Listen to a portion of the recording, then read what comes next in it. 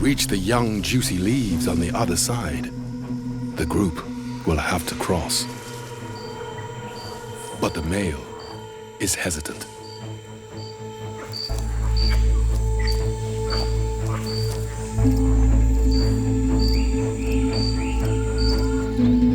Instead, it's the alpha female who takes the lead.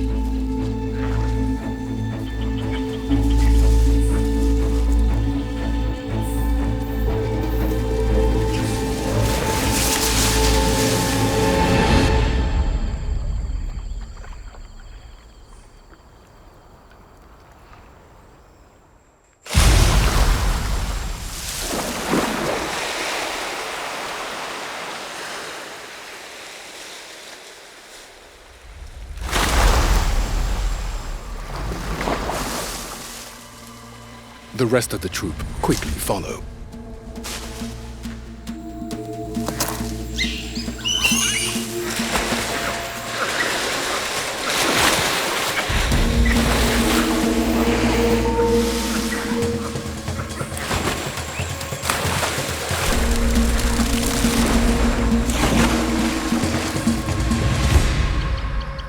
Sounds of their splashes carry over 200 meters through the water and can draw unwanted attention.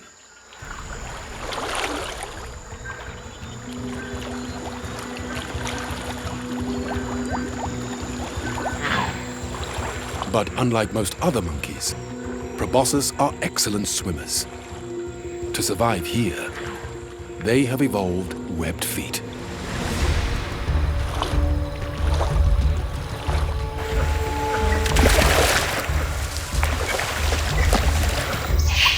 Finally, the reluctant male makes his move.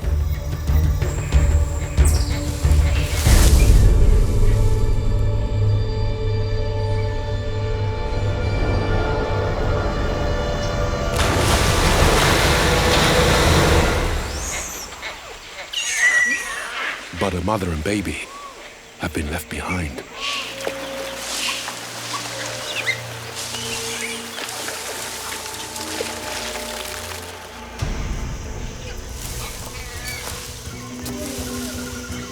The baby must cling on for dear life.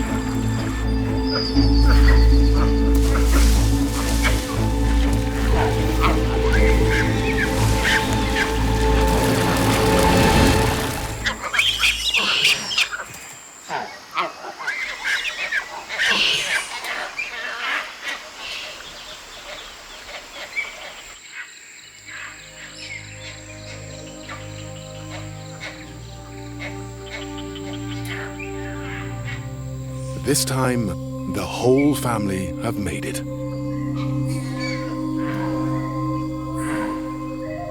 Even the most vulnerable. Sea snakes. At one time, these snakes' ancestors lived on dry land. They must still visit the surface to breathe.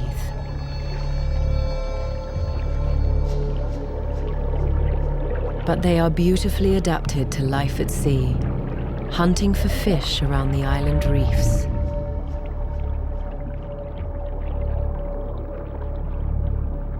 They have some of the most toxic venom of any animal, so they don't have many predators.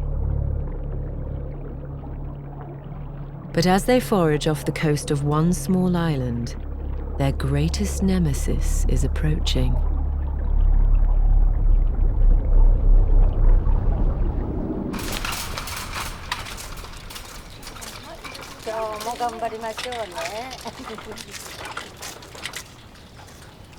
Yoko and Setsuko are hunters, and they have a fearsome reputation. These two 70-year-olds are on a shopping trip like no other.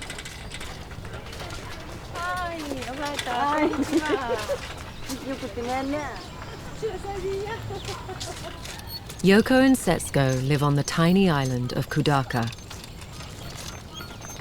It's only 4 kilometers across, and with limited space on land, the locals look to the sea to provide.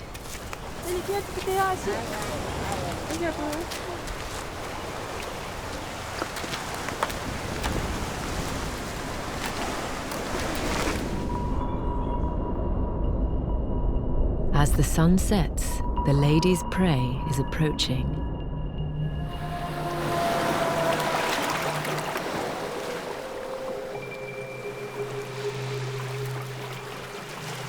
On certain summer nights, venomous sea snakes move towards the island and gather in coastal caves, looking for shelter and fresh water to drink.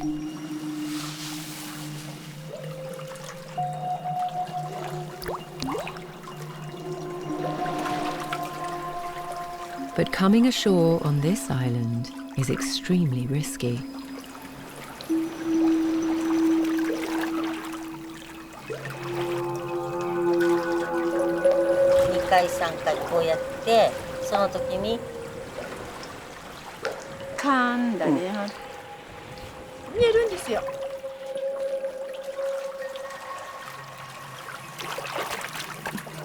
It takes some nerve to wade in with no protective clothing. Sea snake venom can be 10 times more powerful than a rattlesnake's.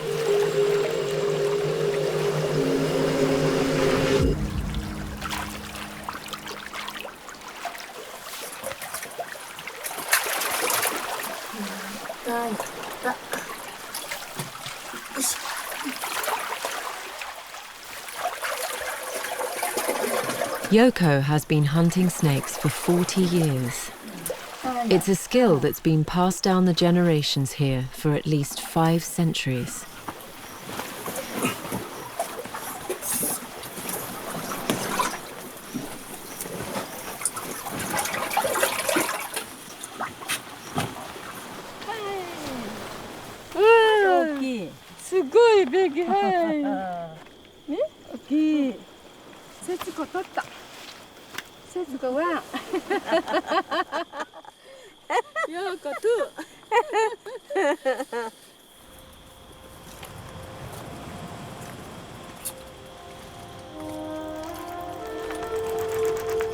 The snakes will be dried in this smokehouse using a secret process known only by the hunters.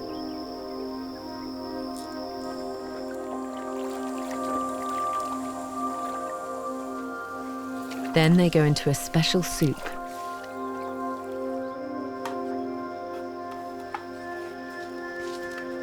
The catching and eating of sea snakes is a very old tradition on the island of Kudaka, where the sea provides more than the land. Hermit crabs protect themselves by hiding their soft bodies in the abandoned shells of other creatures.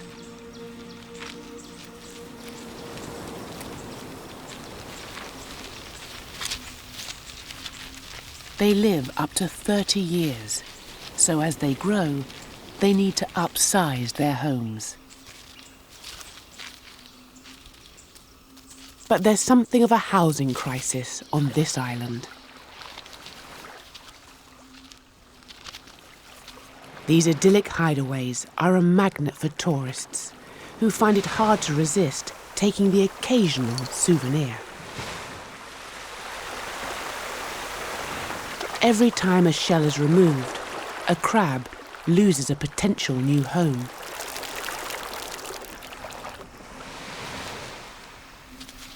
So these canny crabs have found another source of housing.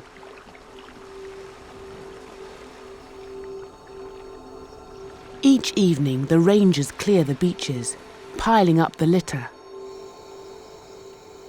And now, the crabs do something extraordinary.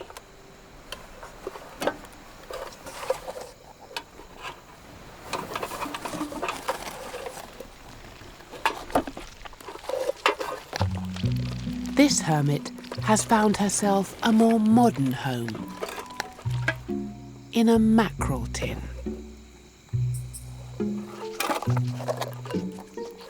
With so few shells around, it's an ingenious solution.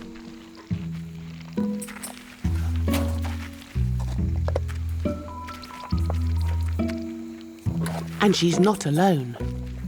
This is a fast-growing trend.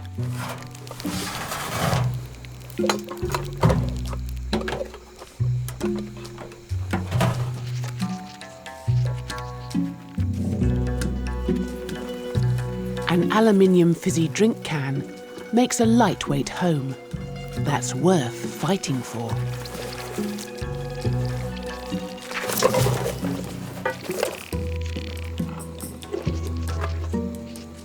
Life in the mackerel tin isn't ideal, and the local rangers know it. So they leave seashells near the rubbish piles to help the homeless crustaceans. The crab normally winds its body into the spiral of a shell. It's far harder to grip a straight and slippery can.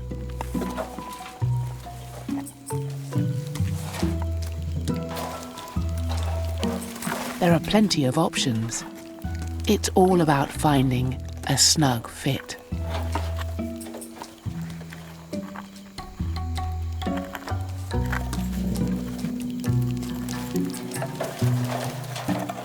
Well, she can be picky if she wants. Moving house is an important decision.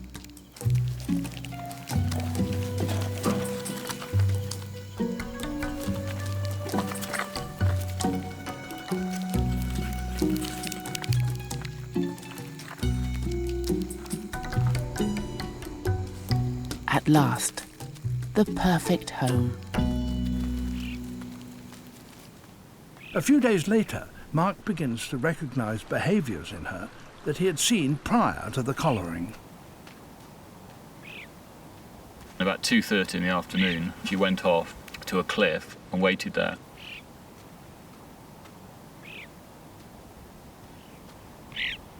There's no Maror around at all. And then suddenly you could see a few boulders rolling down. And there's one Maror was coming down the cliff.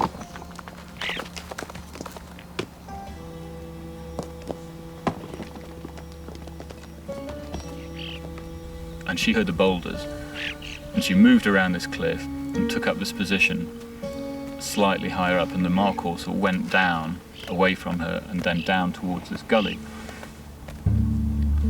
And as she came down the screw slope, she did this rolling thing which she does. She'll roll right over on her back like a domestic cat. When she does this rolling, you know that she's into a serious hunt. We don't quite know why it is. Maybe it's to kind of mask the scent or change the colour. So she went further down and she got to this point and she was looking down at the Maror. And the Maror just went over the lip of the gully. And as soon as he'd gone over the lip, she charged down the hill. Really long run.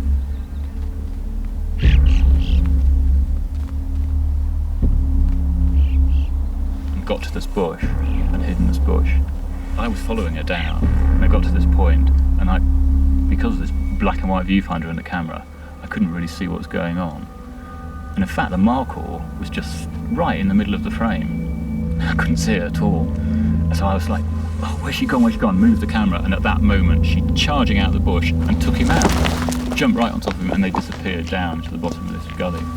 She had made a successful kill, and so even with this white collar on, you know, she was obviously still able to survive. So that was quite a relief to see she could do that. That was good. For the longest time, I was really upset. You know, I just couldn't see the justification of all of this.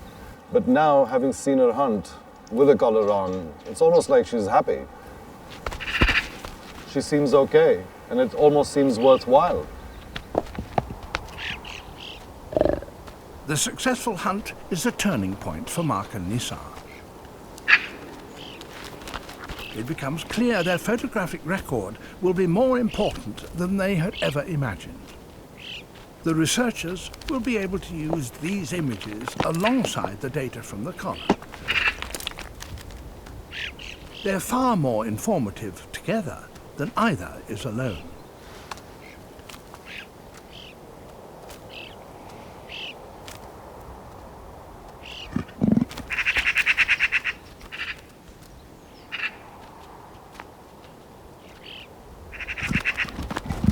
Using this combination of science and film, we're finally starting to understand this most enigmatic of creatures.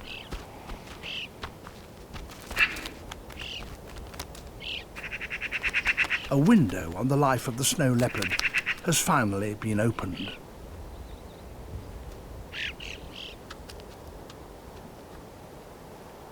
Over the next few weeks, another benefit of the collar becomes clear. In the past, the team had to rely on instinct or rumours to find the leopard. Now they can use hard data from the collar. For the first time, the team can actually follow her.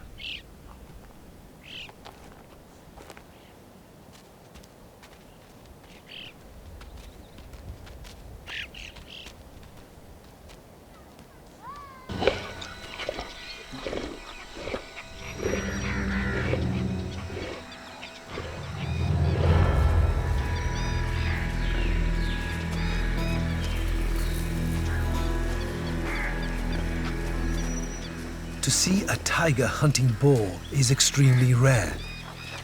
To capture it on camera is virtually impossible.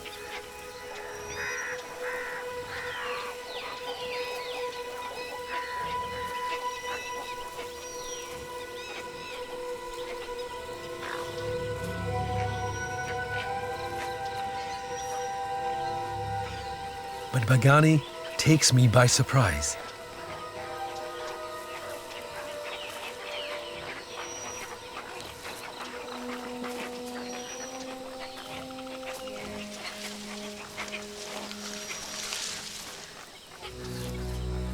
I'm worried.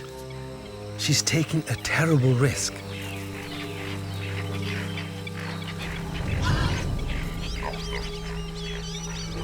But as I watch, I see a new Bagani, a changed tiger. This one is the master hunter I knew at Ranthambore.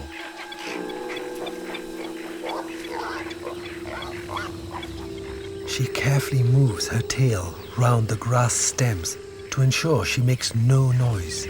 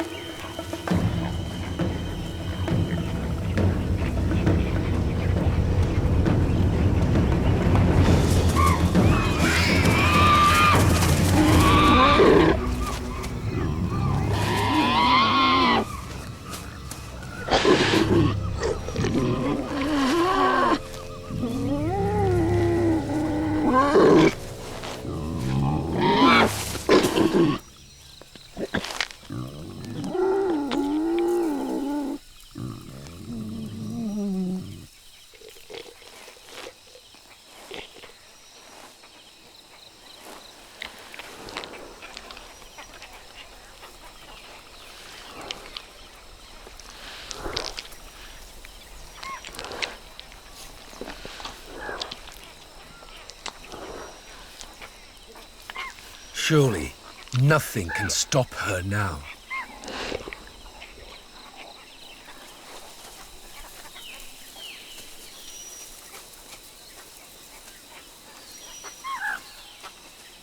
The fact that Bagani leaves her kill shows her confidence. There is no one who would dare take it. This really is her territory now. The crown-of-thorns starfish grazes on the fastest-growing coral, giving the slower-growing corals a chance to catch up.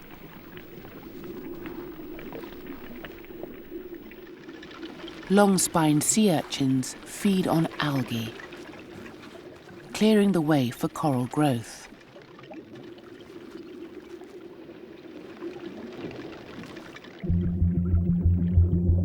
But the reef is a delicate ecosystem that can easily be knocked out of balance. Pollution and a loss of natural predators can cause starfish and urchin numbers to explode.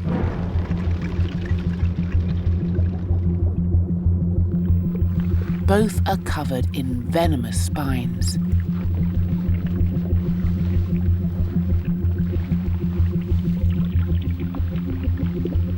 But there is one renowned reef resident able to take them on. The Titan Triggerfish. They've got a fearsome reputation.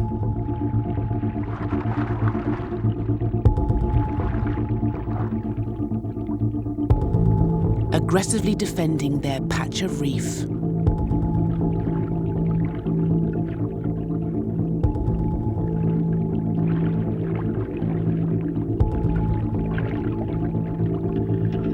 A sea urchin's spines are no protection against teeth like these.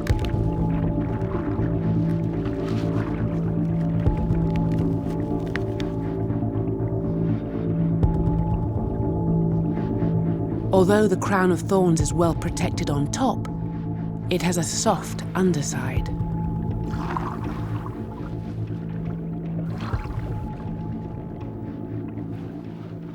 Titan triggerfish play an important role in keeping numbers at healthy levels. And with this much food around, it's a great place to start a family.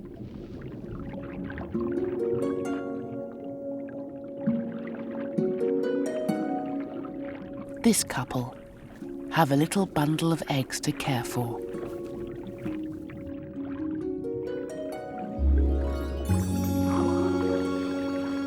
While the female blows water over the eggs to oxygenate them, the male is on guard patrol. This sort of parental care may be surprising, but it's vitally important they protect the next generation of reef helpers.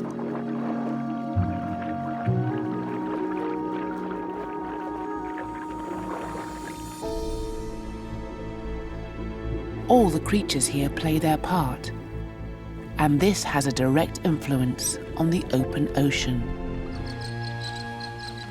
The lace monitor is an agile tree climber. Its long claws allow it to grip the smooth gum tree bark.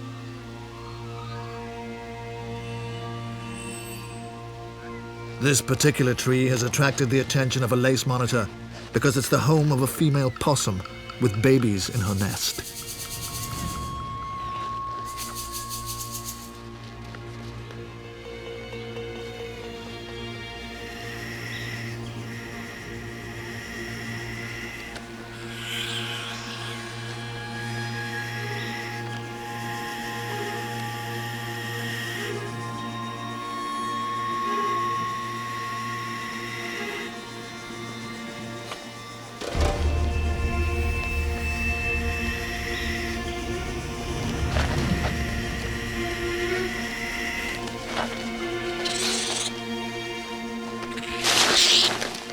The possum's noisy defense forces the monitor to retreat.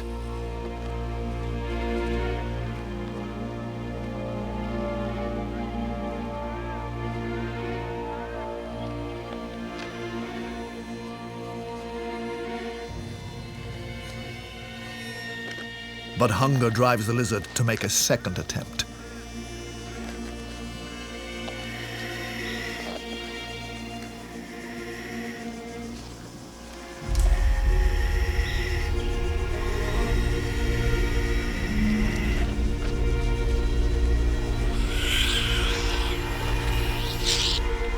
Lunging into the possum's nest looks suicidal, yet the monitor seems hardly to notice the possum's bite.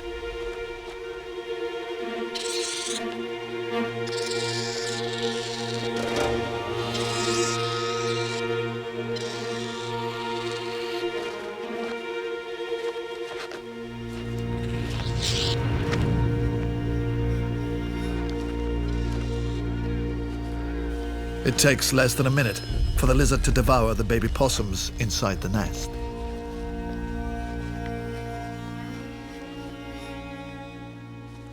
But these waterways are not a reliable means of getting around. The creeks consist partly of seawater, so they're under the influence of the tides. The mangrove's roots anchor the trees against the tidal pull. It's a constantly changing environment, but some animals are adapted to exploit it.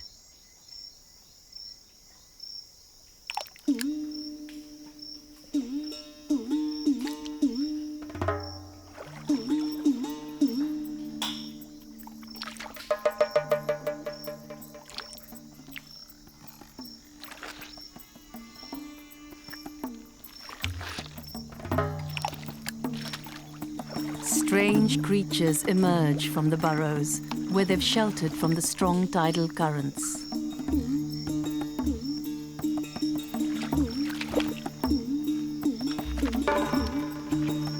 Mud skippers are fish, with specially adapted fins enabling them to walk.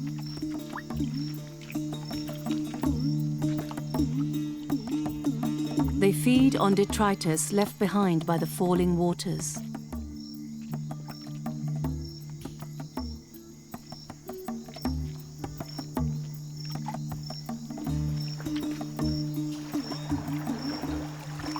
Fish need water to breathe, so the mud skippers carry a constant supply in special gill pouches, which they have to top up from time to time.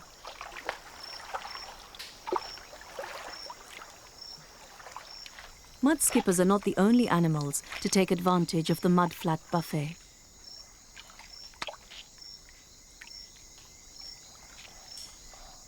Fiddler crabs sift food particles from the mud, leaving behind neat balls of leftovers. The male crabs have one huge claw to impress females and see off other males. Mud skippers try the same trick with their brightly colored fins, but sometimes intimidation is not enough to scare off rivals.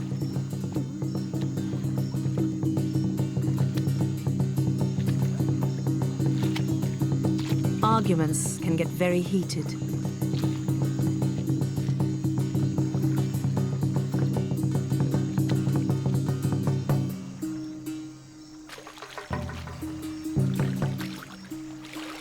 But the mud skippers lack the weaponry to do each other much damage.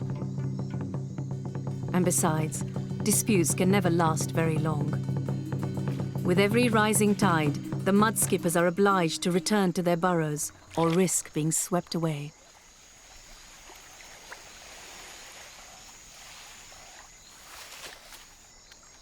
The height of the tide is determined by the height of the river as well as the sea, and as the year goes on, the river level starts to drop.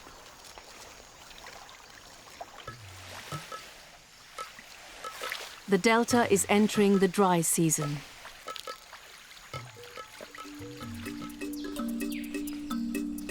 What camera are you filming? They're very, very comfortable with this now. Maybe a bit too comfortable, I'd say. The mangrove habitat in Raja Ampat, Indonesia, is an important ecosystem for many diverse species. It's full of all sorts of weird and wonderful creatures.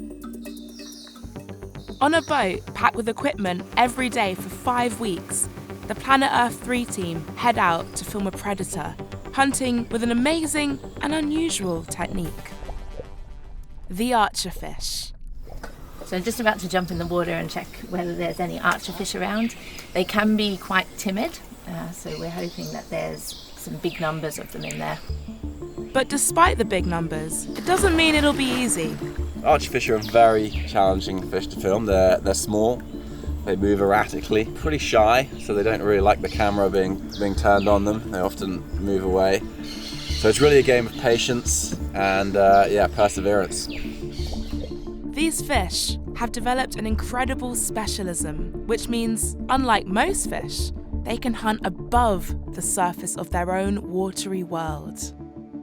They can spit water very, very accurately and knock down insects, crabs, snails, anything they can see on the mangroves. Filming this incredible behaviour is proving challenging, but it's not the only problem that the crew are facing. The threat of crocodiles is very real. While patrol boats keep watch, camera operator Roger Munns is employing an unorthodox technique. The theory is that crocodiles don't like being watched. So while we're filming, our fake eyes are sticking out the back of our head and the croc will just turn away because it thinks it's being watched. Next on the list of difficulties for the crew, the weather. One of the occupational hazards of working in tropics is tropical rain. So you can have a nice, bright, sunny day one day, and the next you have this. As you can imagine, makes filming very difficult. 10 days and 5 different locations into the shoot, and the fish are proving elusive. That was tough. Very super dark in the mangroves, and the fish just weren't doing their thing. Hours later, still no luck. But then, a sign of hope. They're definitely there. There's about 8 of them. The crew rally into position. Could this be the moment they've been waiting for? We'll see how we go. Using the latest technology, the crew's camera systems allow them to film under and above the water in super slow motion. All of this is to film one key behaviour.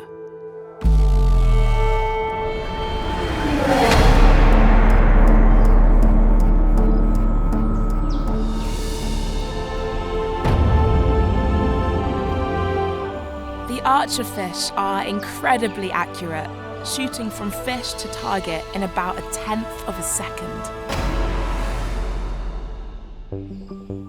While Mitch is having an interview about how the shoot is going, he's made the crucial mistake while in the presence of archer fish. He's forgotten to look down. And he's not the only one. Just got me right in the eye. They're spitting at me. That's exactly what happens with archer fish. They're very, very comfortable with us now. Maybe a bit too comfortable, I'd say. After 5 grueling weeks, the skill and commitment of this team has paid off with unforgettable footage. That was awesome. We had some really cool split shots. So cool. Naked eye can't see just how incredibly accurate they are, the power. It's an amazing thing to see. My favourite part of the shoot has been able to just use these amazing new camera technologies. It's been incredible. The shots I've been seeing are some of the best I've seen.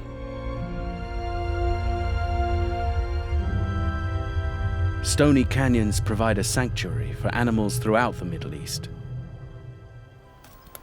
like Nubian Ibex.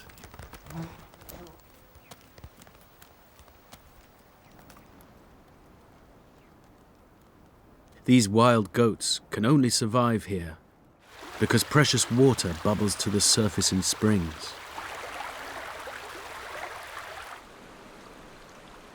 In summer, the females come to drink at these pools every day.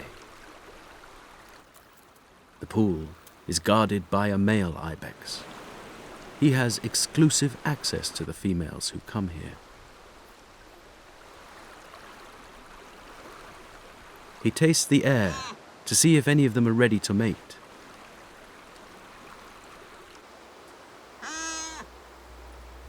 But this is such a prized spot that inevitably he has competition.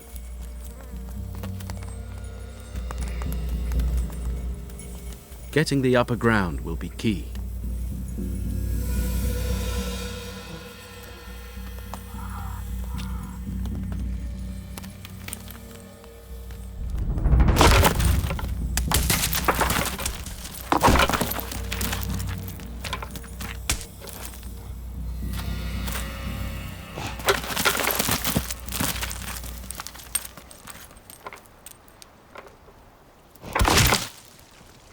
The male's skulls are specially reinforced to take a battering.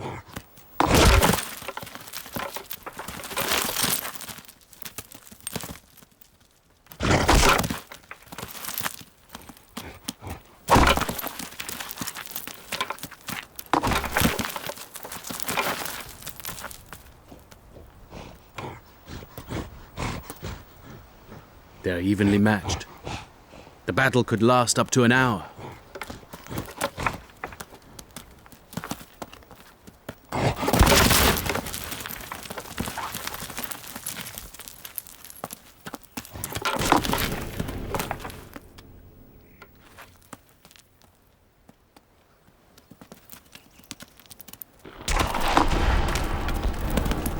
But when a third male joins in, no one seems to know who to fight.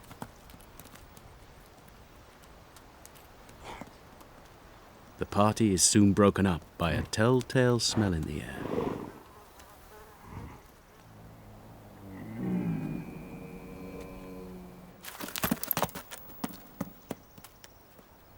The ibex are right to be skittish.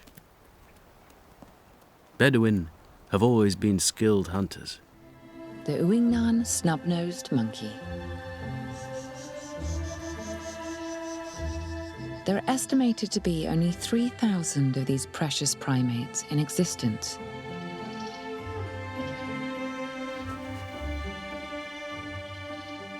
This youngster lives a charmed life. At 1 year old, he is the center of his mother's world. His family are thriving, with 5 adults looking after 10 youngsters.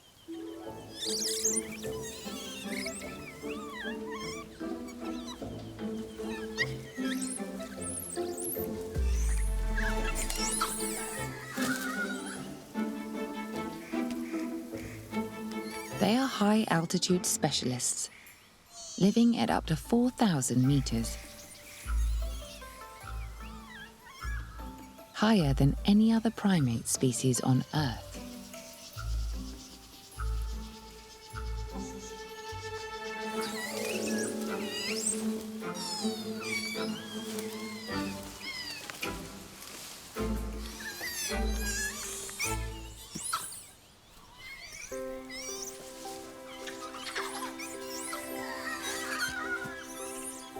In winter, eating becomes a major preoccupation. Up here, food is scarce.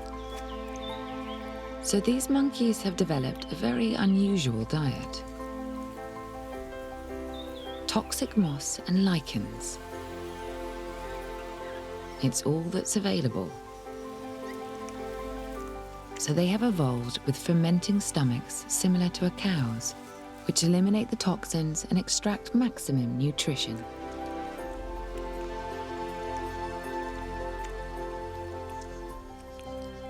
The youngster has worked up an appetite.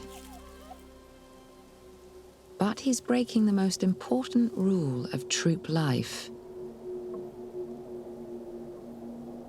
Stay together.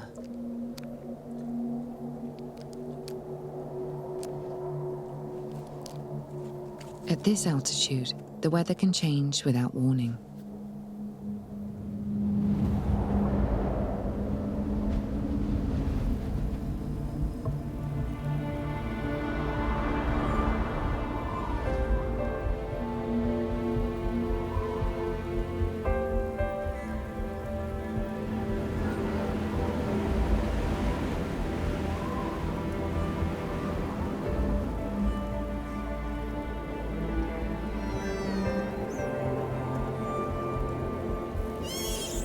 His mother knows the danger. Temperatures can rapidly plummet below zero. Only huddling together stops the youngsters freezing to death.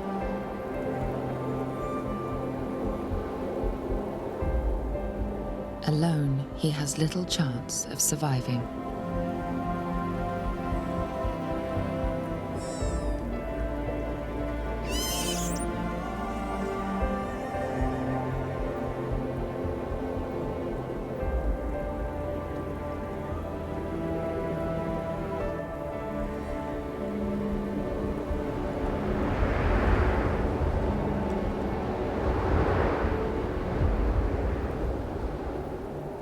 the break in the weather could give the youngster a chance to find his mother.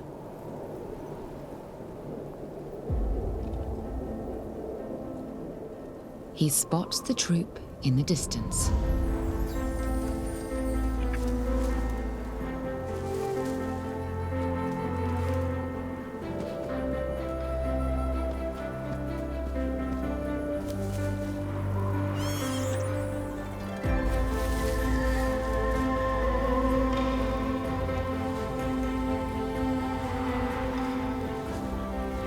It was a lucky escape and a lesson learned.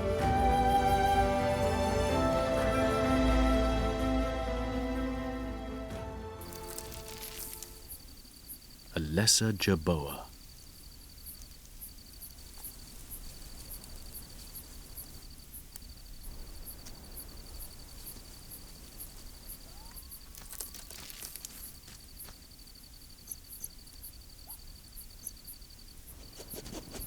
A hunter needs super senses to find such small, sparse prey. The Rupel's desert fox has ears 20 times more sensitive than our own. The jerboa tries to hide, but the hole's not deep enough.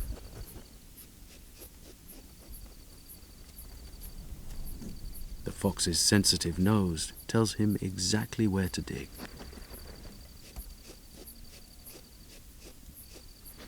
There's a sneaky back door.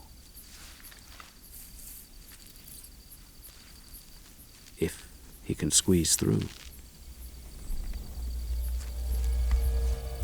Time for the jerboa to reveal his own secret weapon. Legs like a kangaroo.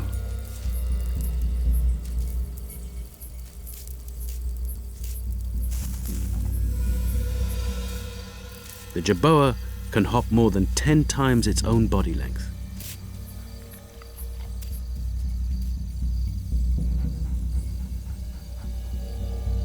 But long legs don't make it easy to hide.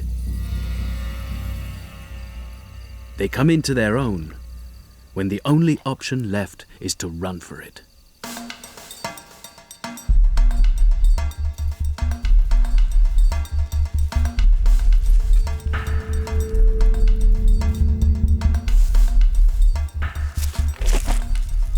Sometimes getting over is tough. Better to go under.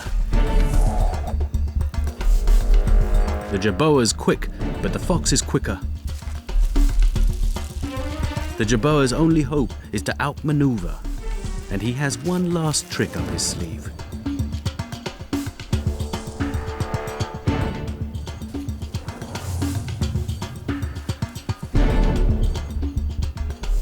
Hairy feet. A shock of hair on the sole of his feet grips the sand for a quick turn.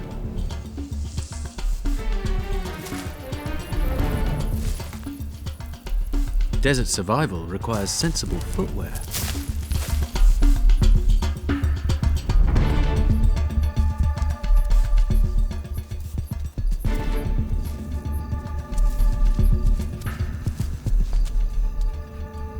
Tonight, the desert fox goes hungry.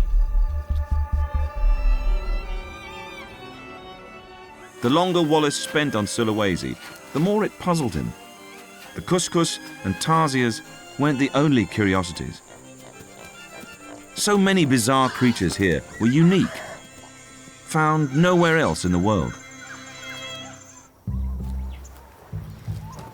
And it was on this very beach, more than 150 years ago, that Wallace encountered one of the strangest of all. Sulawesi macaques. They really are quite odd-looking creatures, small, compact, jet black fur, and as Wallace wrote, about the size of a spaniel. They've got this strange hair and big foreheads and a permanent look of surprise on their faces. They really are peculiar-looking creatures. What? Okay, so maybe there is a passing resemblance. He wrote how they would stare at him in astonishment as he went collecting. 10 o'clock. Monkey incoming.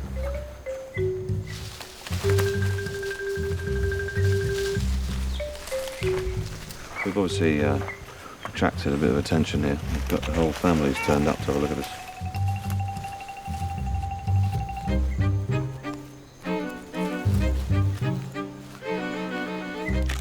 And they haven't lost that natural curiosity.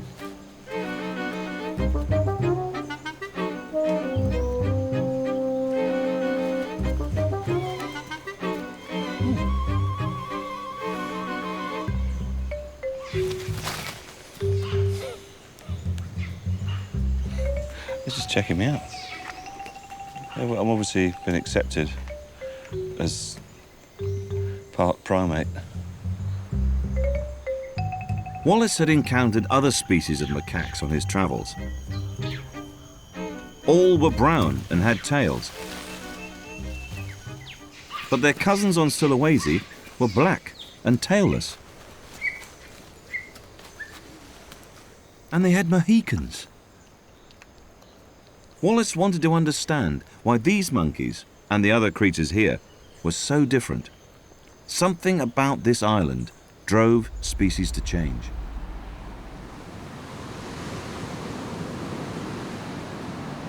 The oceans around southern Asia are also feeling this pressure.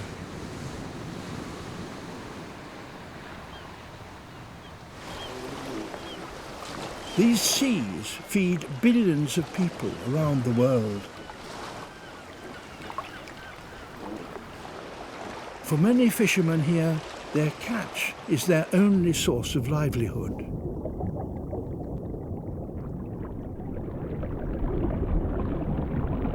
And there is one fish here that they prize above all others.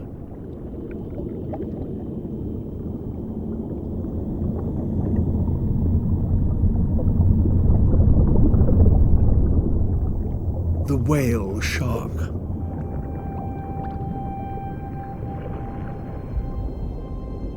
It swims slowly, gently harvesting the plankton.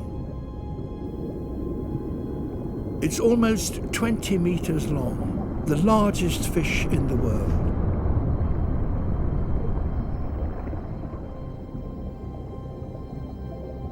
They are also under threat. Like many shark species in Asia, populations have declined by more than half in recent years.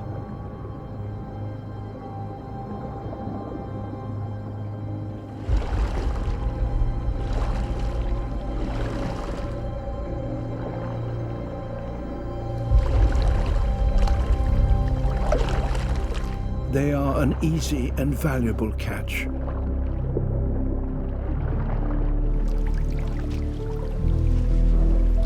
But here, there is a respect for the seas and their inhabitants. Whale shark hunting has now been banned across Indonesia's waters. This whale shark plays a different part in the lives of these fishermen.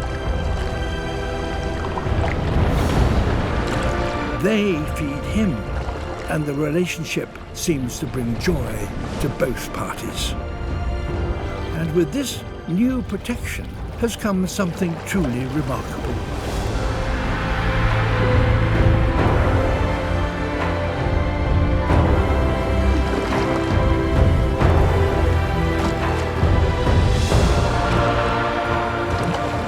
Whale sharks from far away are seeking out these fishermen, and in these safe waters, there is a chance for their numbers to increase.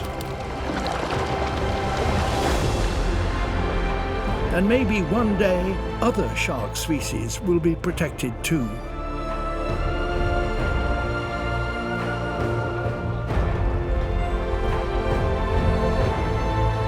The people here have made a simple but extraordinary choice. Fishing in a way that is sustainable for themselves and the animals.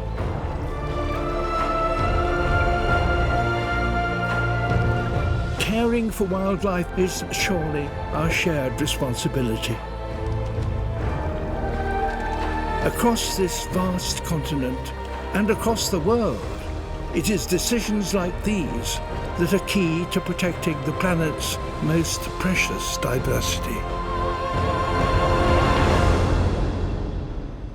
With nightfall, the competition in the jungle intensifies. As many of Borneo's 180 species of frog now burst into song.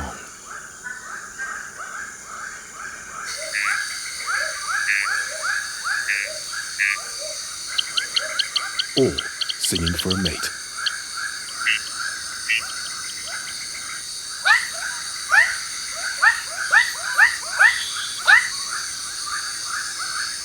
The bigger the frog, the louder the call.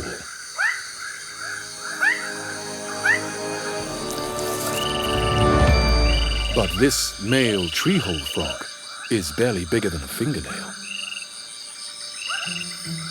He'll need to do something special if he wants to be heard by a nearby female. She may only be meters away, but the chorus from the other frogs is deafening.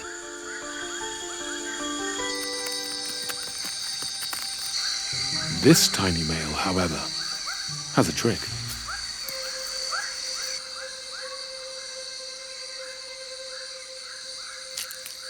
He searches for a tree hole.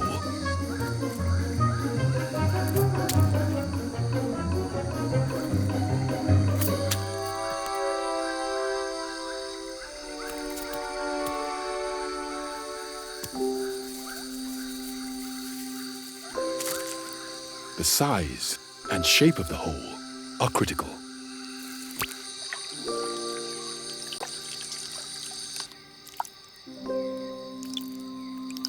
He then does something remarkable.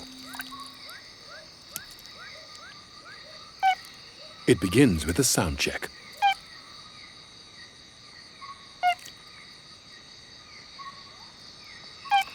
Too low. He changes pitch. Too high.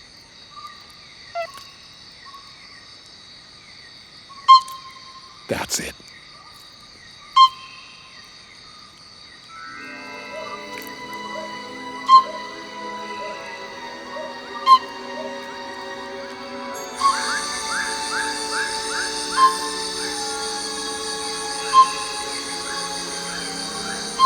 At this specific frequency, the tree hole resonates, amplifying the sound and broadcasting the call more than 50 meters across the forest.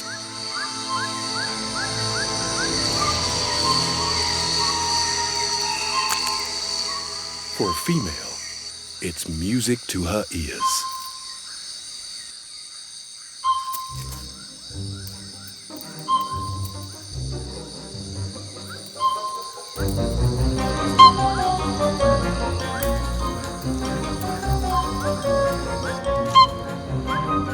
With superb directional hearing, she can home in on his calls.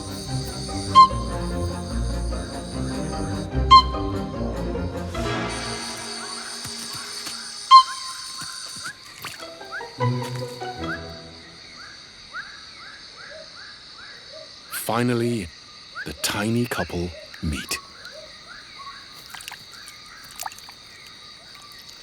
Hidden from predators, the tree hole will go on to make an ideal nursery for their tadpoles. A female Verreaux's eagle is on patrol.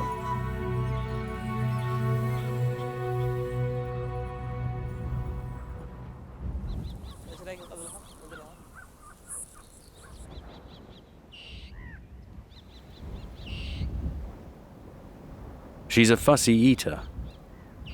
A pygmy owl won't do. Her diet is so specialized, she needs a partner to help capture it.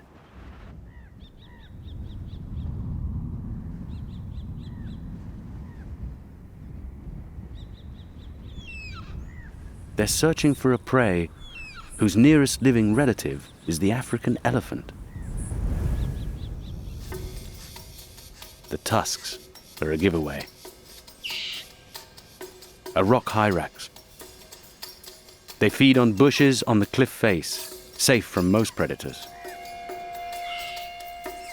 But these eagles use a tactic rarely seen in the bird world.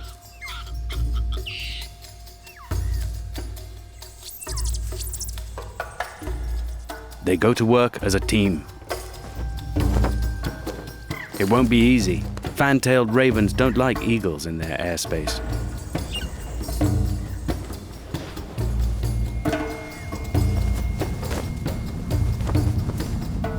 This is a test of aerobatic skills.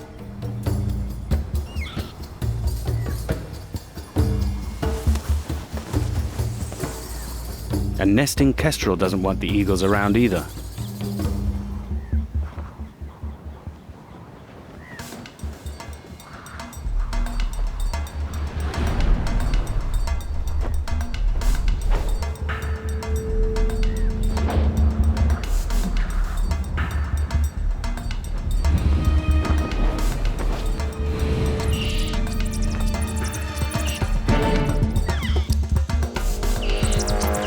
The eagles split up.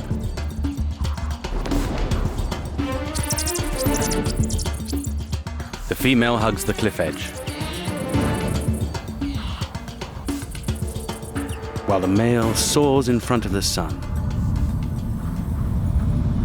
hiding in the blinding light. But the hyrax have a unique blue-tinted retina that acts like sunglasses, allowing them to stare directly back. They don't let the male eagle out of their sight.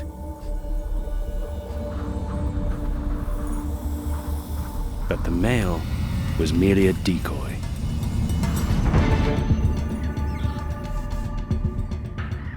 His partner has already made the kill. By working together, they've captured their favorite meal.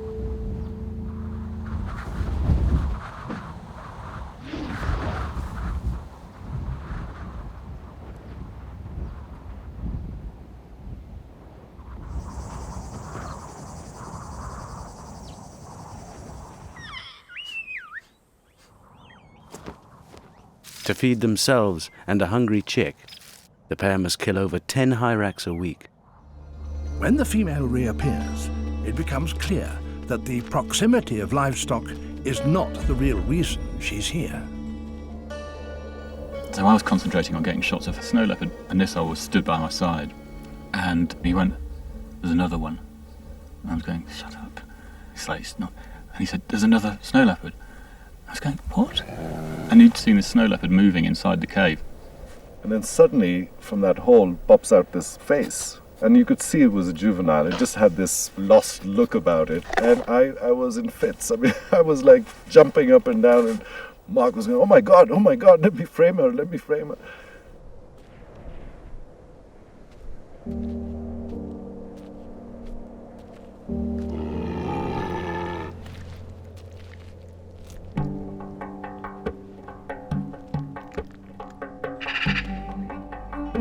The next time Mark and Nisar find them, the young male cub has grown in confidence and is venturing further from the cave. He seems to have taken a dislike to the local magpies.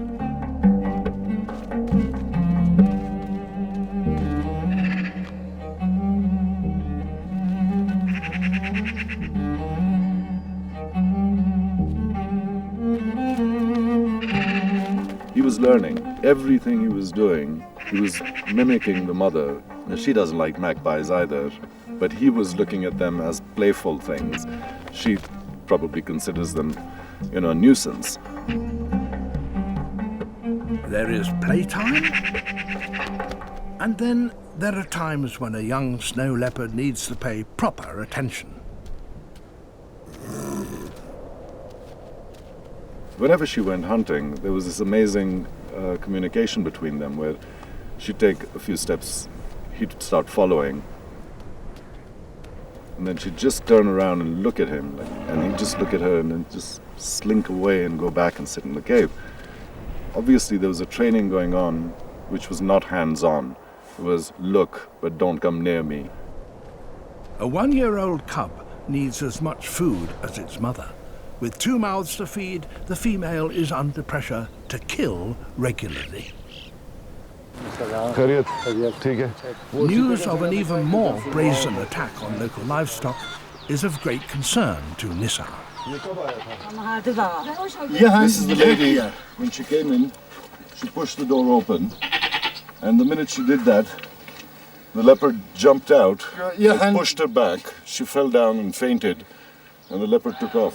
This one's actually been eaten from the back. It's pretty gory right now. Nissa knows a killing spree so close to where the mother is hunting is dangerous. She'll be blamed even if she's not the culprit. I've asked him that if he goes up again with his livestock and the leopard comes back, what is he going to do? And he's saying that I'll just have to shoot it.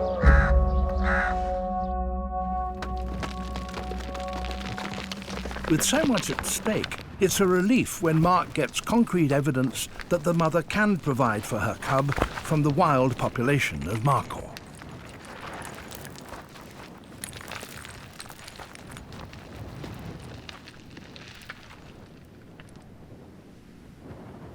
Her prey weighs as much as she does, and dragging it up a slope as steep as this must take enormous effort.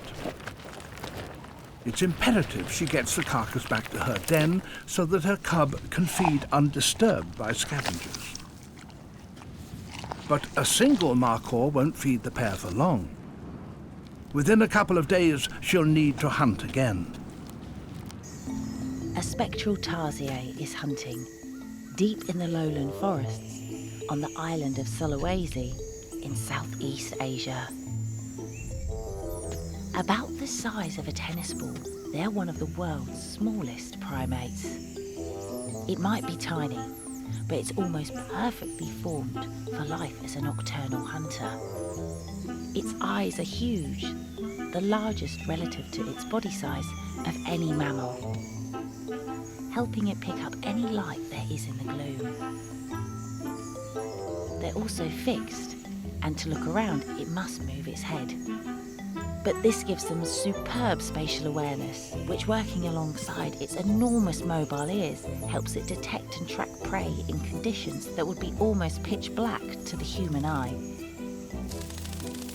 Target located. It moves in. It has hind legs twice as long as its body, which act like springs, enabling it to leap over 40 times its body length. Grabbing branches and catching prey with its enormous hands. Enormous at least, relative to its tiny body.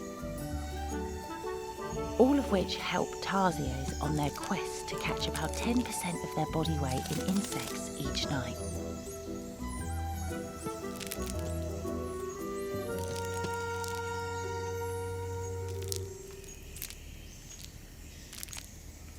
And she has an extra pressure.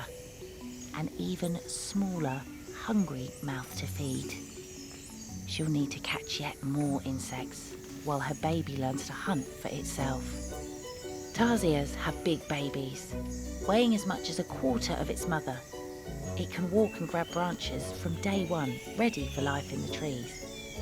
But it's still completely reliant on its mother for food, and like any baby, it still likes to be carried. But carrying a baby isn't ideal when hunting, so she parks it in a safe place and heads off alone into the darkness. For the little one, it's time to explore and to start honing its hunting skills. The first challenge? Learn how to grab onto things in the dark.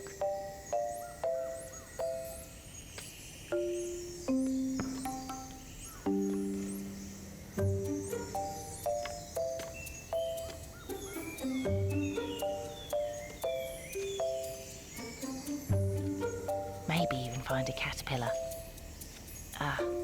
A bit more practice needed.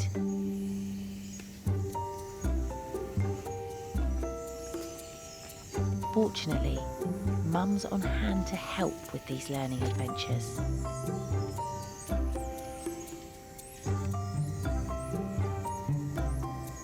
This older infant is a bit more advanced. It's already mastered judging distance and locating prey in the darkness.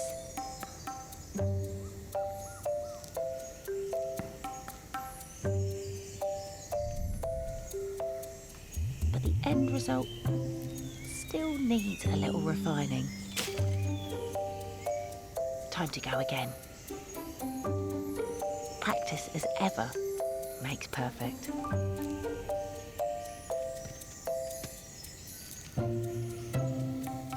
But it will need to learn fast. As in as little as 10 weeks, school is over for this tiny primate, and it will need to be able to hunt for itself. It's the breeding season, and the trees are teeming with frogs. The female is with a male at the tip of a branch, perched above the paddy pool. She's building a nest by whipping up a giant ball of foam with her back legs. She lays hundreds of eggs inside. She's attracting the attention of other males. Each male could still fertilise some of the remaining eggs in the foam. They're coming in from all directions.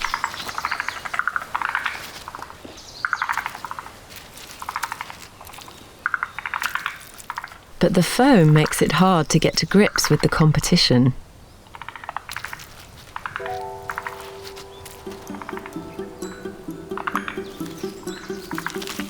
Things quickly descend into an undignified wrestling match.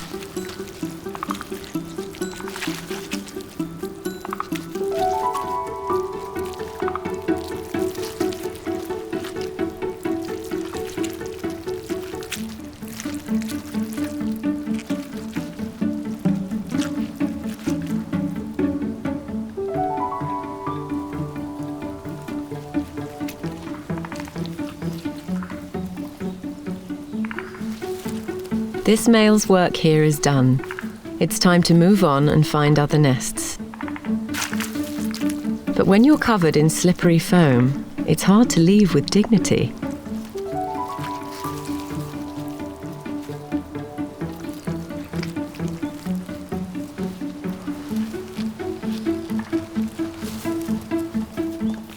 It's an unusual problem for a tree frog.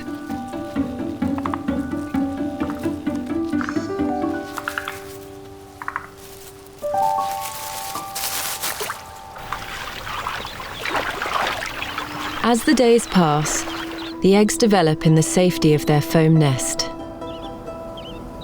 The temperature rises with the summer sun, and the foam ball dries to form a protective case. The tadpoles inside are still moist and 6 degrees cooler.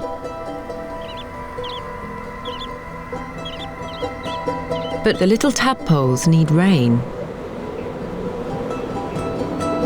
At this time of year, warm air is rising over the steep Honshu Mountains, and clouds are starting to build.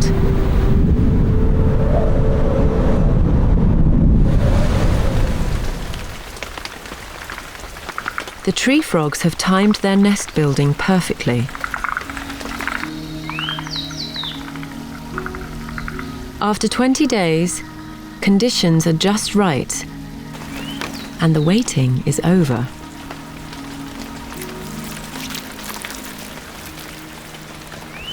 The hard foam starts to dissolve, and the tadpoles drop out, straight into the nursery pool of the rice paddy below.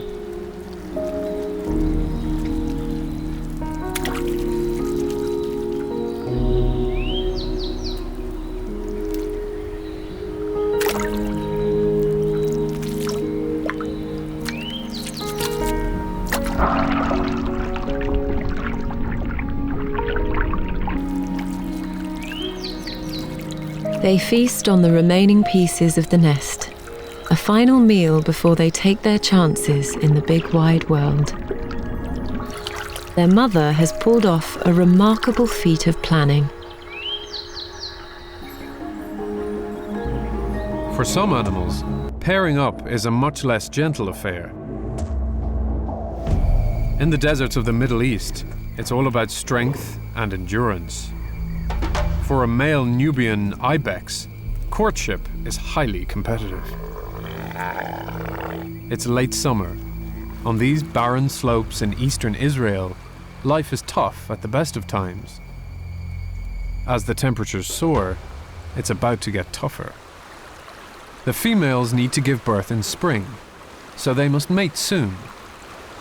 And the males know it. For most of the year, these big males live quiet lives, but not now. For weeks, these males will hardly eat. They won't do much at all, except try to beat each other up.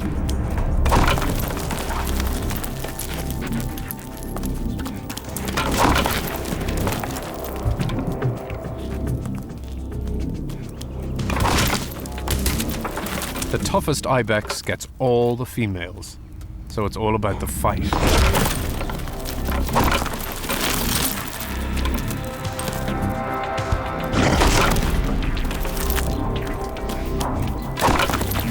These are young bucks, evenly matched. They can go on like this for an hour or more.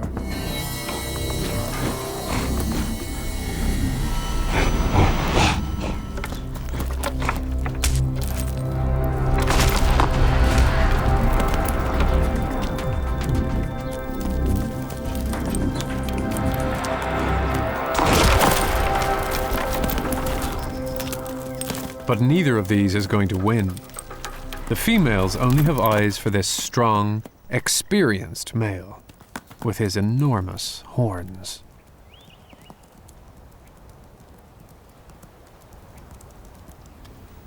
The younger males never had a chance. For now, they can only practice.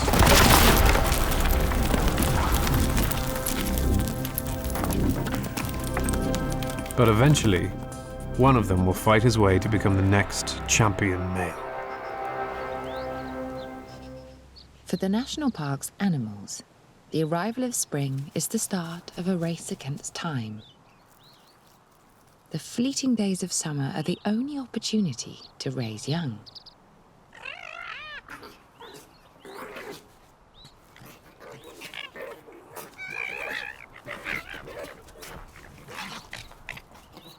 The Tibetan foxes are now 4 months old.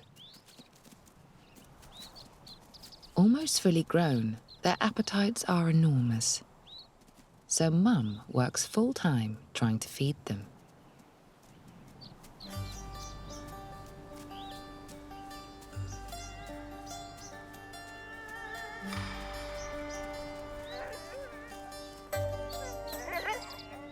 And if they're not begging for food, they're trying to get a game out of her.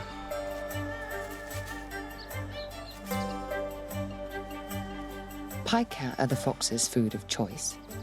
These hapless rodents are eaten by almost every predator on the plateau. Millions of them live on the grasslands here, making them one of the foundations of the ecosystem. There's even a family living right next door to the fox's den.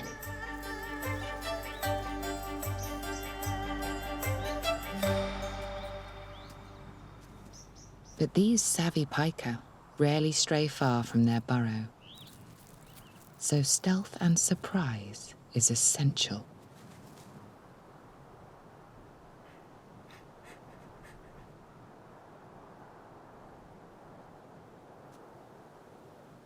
Unfortunately, it's something the cubs have yet to learn.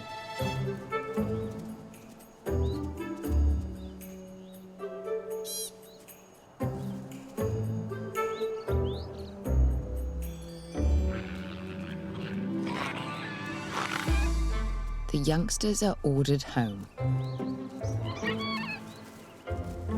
Their frustrated mother will have to hunt further afield.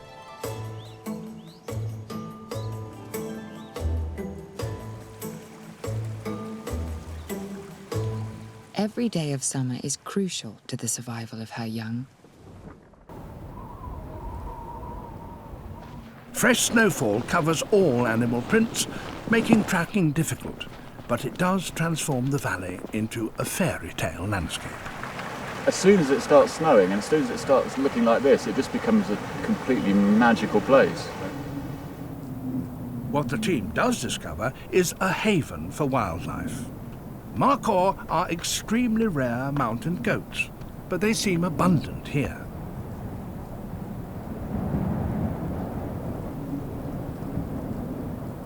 This is an encouraging sign, as Maror are prime leopard prey.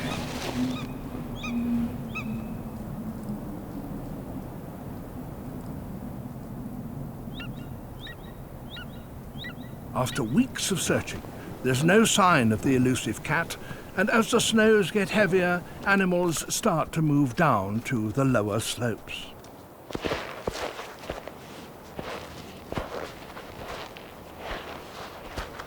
The animals are struggling. We can't get around much. I think it's time to beat a retreat. Get out of here. They need to find a place where a leopard will come to them. But guessing the best location for a stakeout is almost as hard as finding a leopard. Nisar's news-gathering skills will be needed. His local contacts may provide a lead. Story is, if you tell the snow leopard that you are king of the jungle, it takes a step back and lets you go through. As usual, plenty of stories, but nothing helpful. Finally, they get a tip-off. A snow leopard has been seen coming close to a nearby village. I just hope it's there when we get there. How fast can this car go? Having spent weeks searching Pakistan's wildest frontiers, could the team really succeed in a place so accessible to humans? Go to the camera, Mark. For once, there is truth in the rumours. Holy sh**.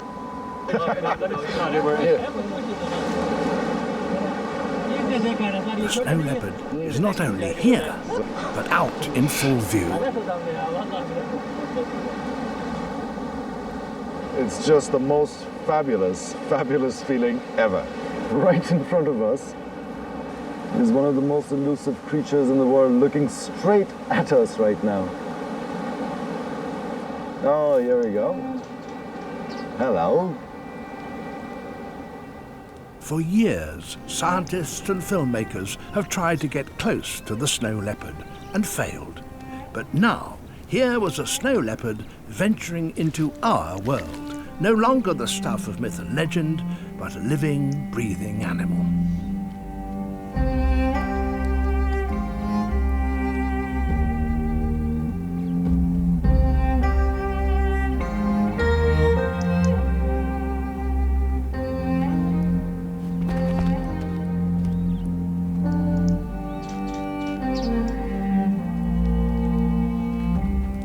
Day after day, Mark is able to film this consummate mountaineer, a creature utterly at home on these perilous slopes.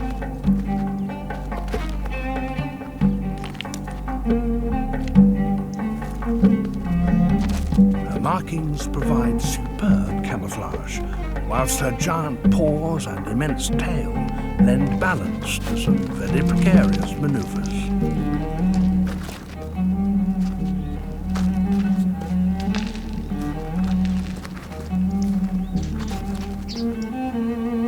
A wild snow leopard, relaxed in the presence of humans, is completely unheard of.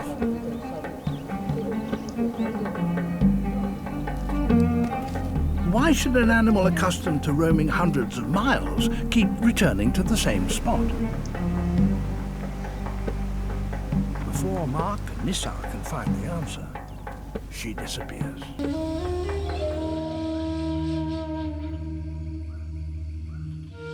Nightfall brought Wallace some respite. After each strenuous day, he was in bed by 8, just as the dark jungle came alive.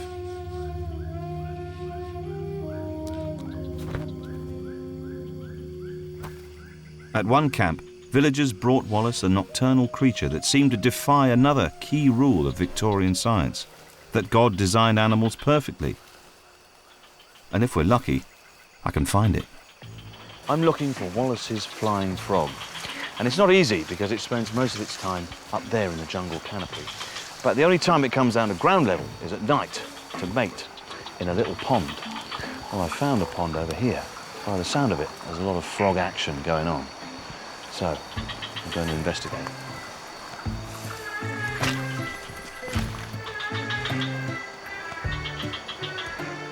Yep. No, you're cute, but you're not Wallace's frog.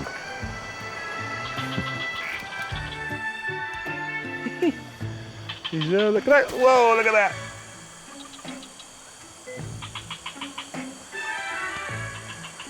This isn't a Wallace. Oh, he's got these wonderful golem-like sticky pads on his toes. And you go, whoop la.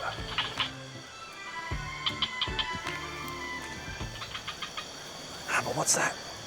Look, under here. I think I got one. Look at that. This is Wallace's flying frog. It's the most amazing creature, look at it. And when it was discovered, this was the first time anyone had found anything so fantastical and strange. An extraordinary creature.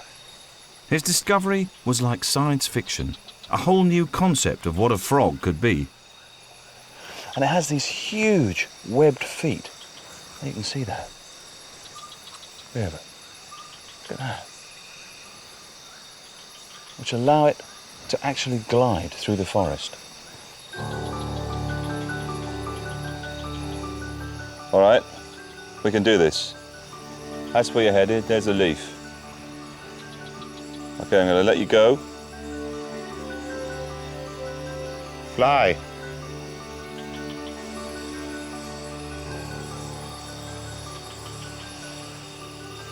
Wow! Look at that! Not bad for something trying to fly with its feet, but hardly a perfect design. The Sika deer have started creeping into the lush cultivated fields. It's a whole new world.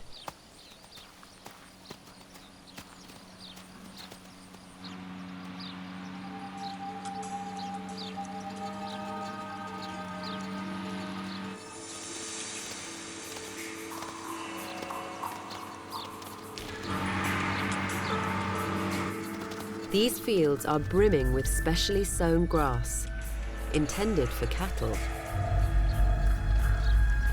But this herd always seems to be one step ahead, helping themselves to the best grass before it can even be cut. Every year, deer can munch their way through over 30 million pounds worth of crops. But some farmers have developed a live and let live attitude.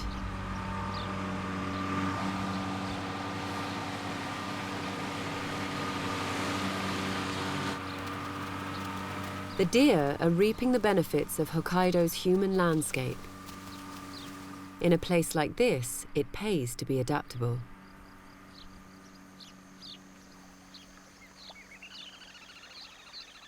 In the warmth of early summer, the red-crowned cranes have moved into the farmland waterways.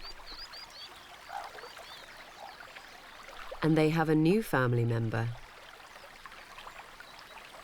They traditionally nest in marshes, but most have been drained. So the cranes are raising their chick in an irrigation channel.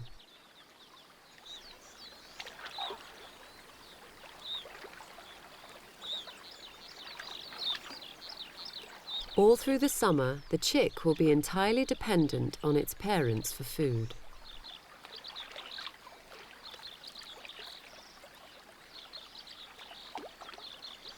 The channel is teeming with insects, fish and frogs. But the parents can barely keep up with their gangly offspring's appetite.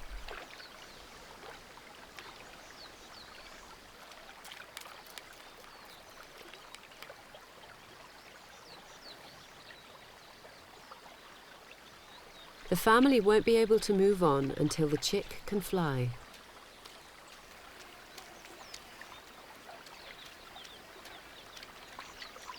In the meantime, they can't escape from surprise visitors.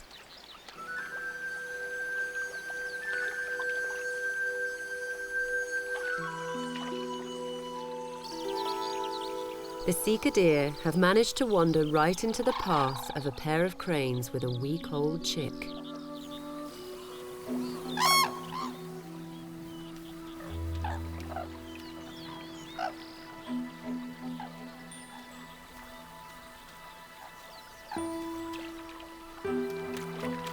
Mum and Dad work together to shepherd the chick to safety. And then a quick flash of the dagger-like beak to make sure the deer keep their distance.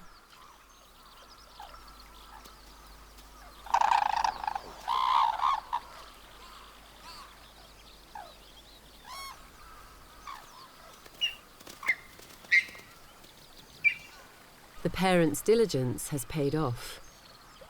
Their priority now is to feed their chick while times are good.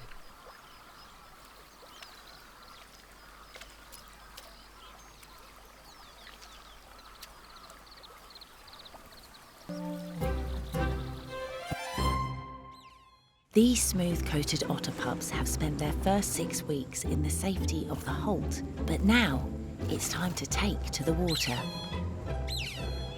And their playground? Singapore, one of the most densely populated countries on the planet. And thanks to conservation efforts, such as cleaning up their waterways, Singapore now has one of the densest population of otters on Earth too. The otters have made the city their own. And with plenty of fish to hunt, they've even become a tourist attraction. The young cubs, still reliant on their mother's milk, are just learning how to swim, and after a successful hunting trip, it's time to try some fish. Now their teeth may be small, but they're still razor sharp. In their natural habitat, otters will haul out onto a riverbank to feed, but in Singapore, this marina works just fine. But house crows have also moved into Singapore. Native to India and a few other South Asian countries, house crows have hitched a ride on ships all around the world, appearing as far away as Ireland, South Africa, and even the USA. With big brains and an open mind to all things gastronomic, these avian marauders are well equipped for urban life.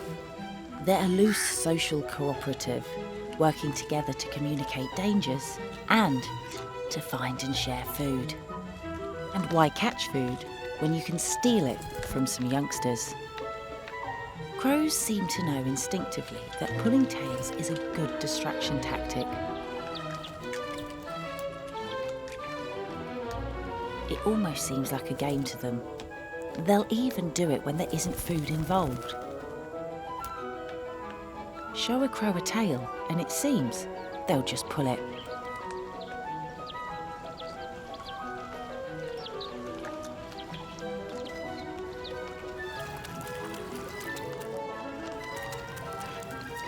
And it helps when you have 8 other beaks joining in. That is, until Mum's had enough.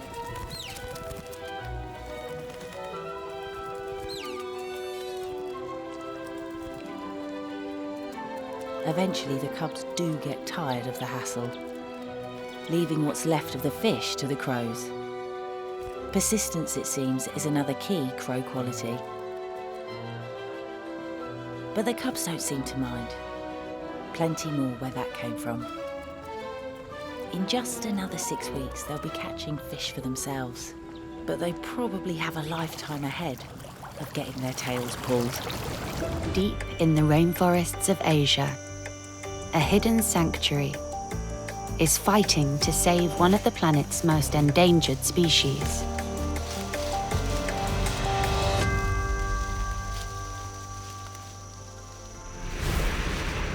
Despite growing to a length of 2.5 meters and weighing in at over half a ton, the Sumatran rhino is the smallest of the world's 5 rhinoceros species. They were once found throughout the jungles of Southeast Asia. But poaching and deforestation have now restricted them to isolated patches of forest, scattered across the islands of Sumatra and Borneo. Fewer than 80 remain in the wild. And the fragmentation of their habitat means rhinos of a suitable breeding age have little chance of encountering one another, and thus little chance of reversing the decline in their numbers that's been ongoing for many decades. With the prospect of extinction already looming, in 1996, the Sumatran Rhino Sanctuary was founded in the rainforests of Indonesia to help try and save the species. Because Sumatran rhino number are getting decreased over the years, now we are trying to breed Sumatran rhino just to increase the number. And then in the future, if we have a good habitat, we will be released back into the wild. Sumatran rhinos are solitary animals with a wide and varied diet. So keeping and breeding them in captivity is extremely difficult. When the sanctuary's breeding program got underway, only 3 captive births had been recorded in the previous 100 years. In order to mimic conditions in the wild as closely as possible and keep them safe from poachers, the sanctuary decided to provide each rhino with a large fenced-off area of natural rainforest habitat in which to wander. One of the first rhinos selected to join the breeding program was a female called Ratu.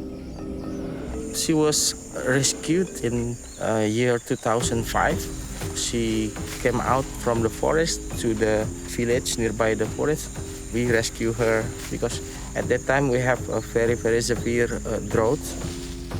After her arrival, Ratu was paired with a male called Andalas. Hopes for the future of the species now rested on this pair. Twice she fell pregnant, and twice the pregnancies failed. Then finally, in 2012, a male rhino named Andatu, the first captive birth ever in Indonesia. And in 2016, a sister, Delilah, followed. The birth of Ratu's calves is a huge step forward in efforts to save the species from extinction. There is still much more work to be done. But with a successful captive breeding program established, and the consolidation of the fragmented wild population into protected areas, there is now a chance that future generations of Sumatran rhinos will continue to roam the forests of Southeast Asia. At the heart of this awakening world is the growing presence of Ganga, the river goddess. With each passing day, the spring meltwater surges down towards the plains.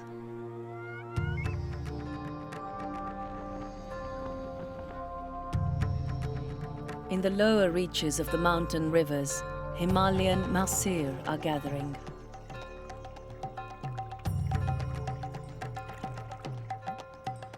The world's largest carp, these powerful fish cruise the rivers with the seasons, migrating between spawning grounds in mountain torrents and these more placid lowland waters. But today, these are perilous journeys as poaching takes a heavy toll on their numbers.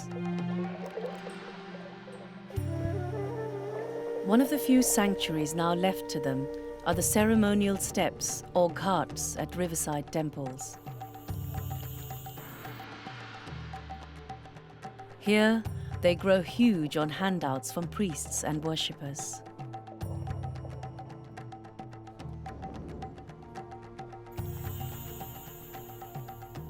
The largest might be a meter long and weigh over 50 kilos.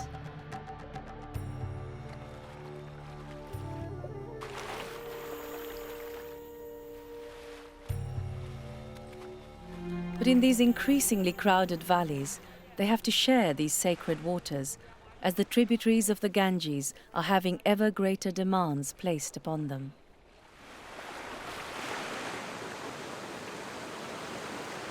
Villagers use every stream pouring down from the mountains to irrigate tier upon tier of terraces carved into the precipitous slopes.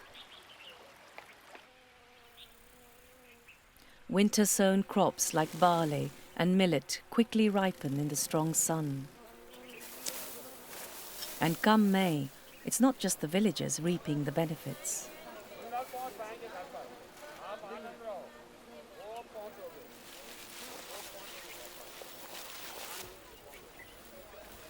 Even as the crops are being cut, troops of macaques are waiting in the wings, ready to mop up any overlooked ears and seeds.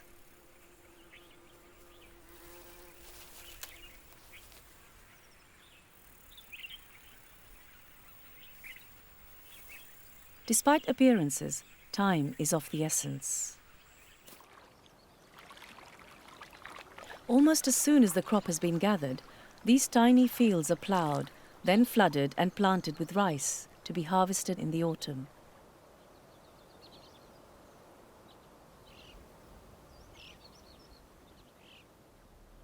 This intensive farming is only possible because of the huge quantities of meltwater flooding down from the peaks.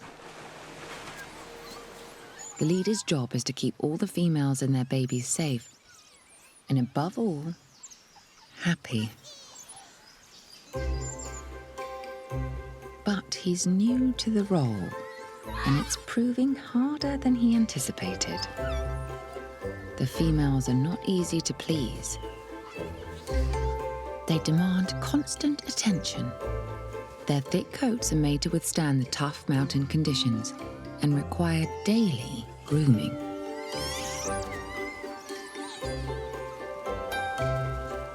If he doesn't indulge them sufficiently, they'll kick him out and replace him with a more attentive male.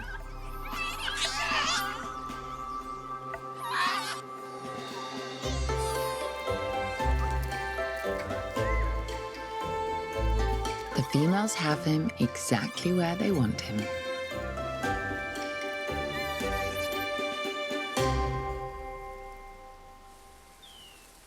Autumn brings him an additional challenge. Winters here are harsh. If the family is to survive, they'll need to fatten up. The leader is feeling the pressure.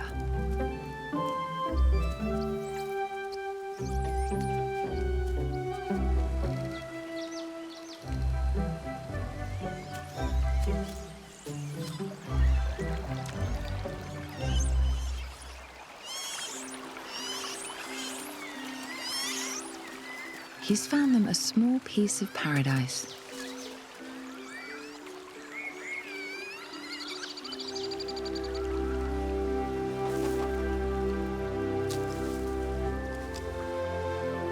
The forest's conifers produce a seasonal feast. Pine nuts are high in calories. Finally, the females are happy.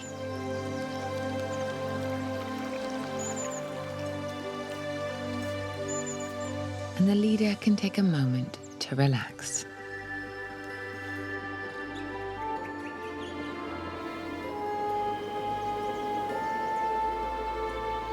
But his reverie is short-lived.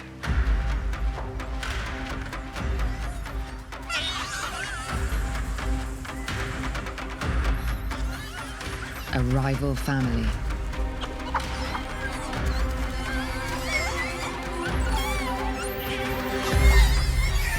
It's led by the largest, most aggressive male in the forest.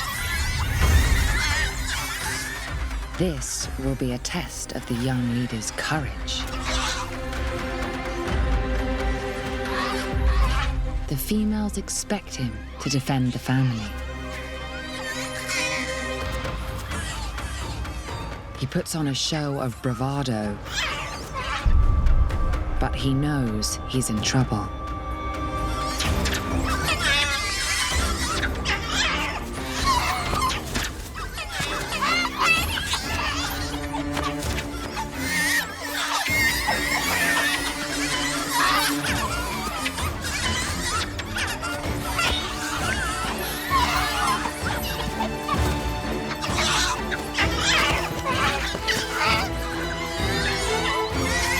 His rival's strength and experience prevails. It's a humiliating defeat. The family must abandon their feast, and the leader will be expected to find alternative arrangements for his disappointed females. With little to eat down here, many of Borneo's terrestrial mammals are smaller than on mainland Asia.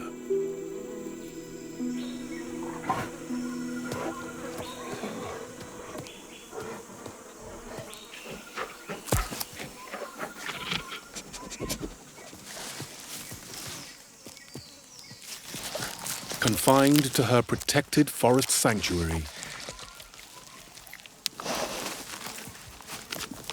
the exceedingly rare Bornean sun bear. Just over a meter long, it's the smallest bear in the world.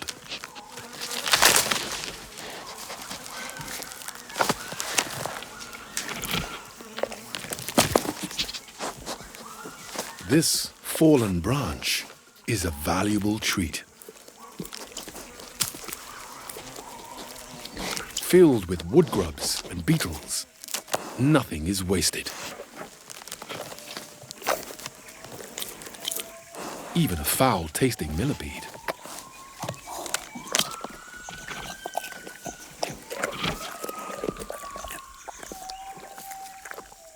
But it's not enough to sustain even this little bear. The real prize sits high above. Guided by her exceptional sense of smell, it's the sweet scent of honey.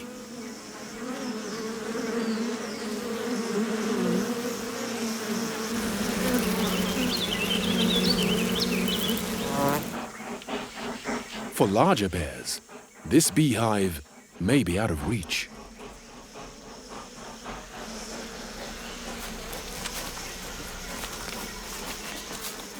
But being small helps defy gravity.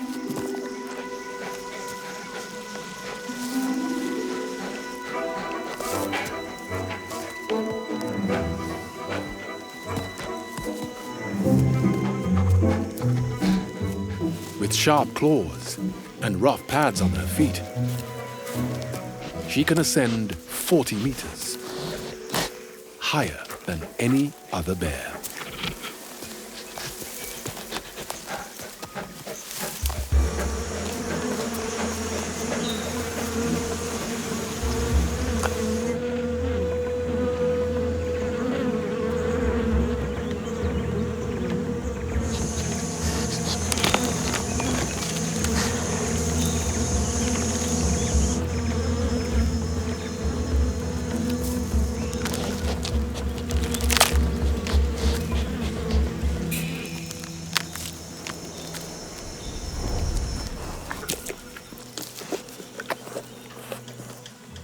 To make it in Borneo's jungle treetops,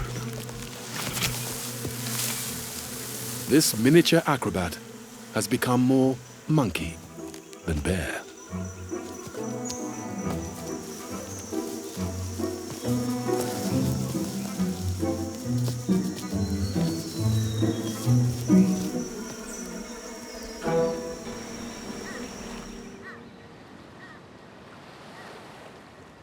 In the underwater forests off northern Japan, the residents of this sunken wreck are waiting for the summer temperatures to reach 16 degrees Celsius.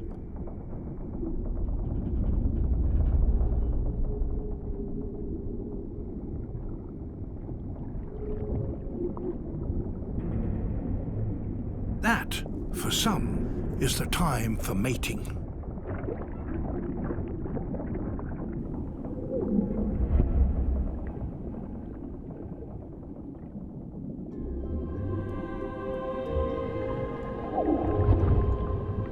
A kind of giant wrasse called a cobodai.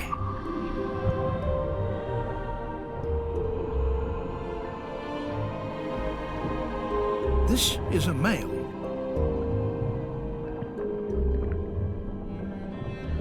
And in female terms, he is particularly handsome.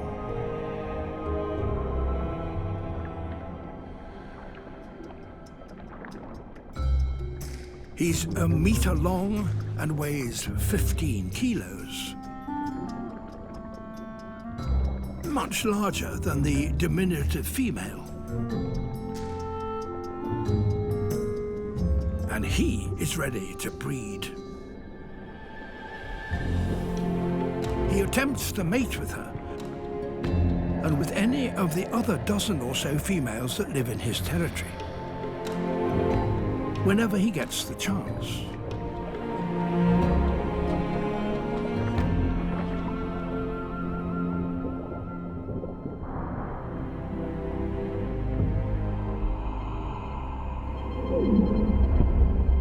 But females from around 10 years old take little notice of his advances.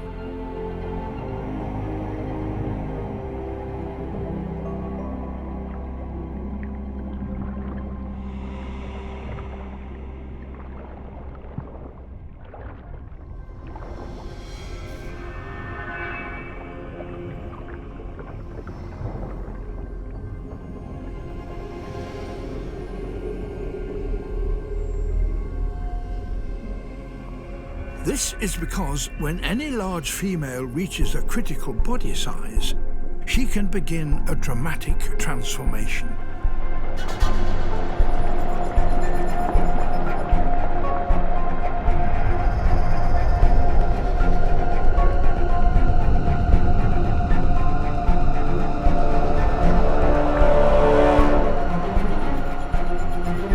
Over just a few months, particular enzymes inside her body cease to work. And male hormones start to circulate. As time passes, her head expands and her chin gets longer. A she has changed into a he.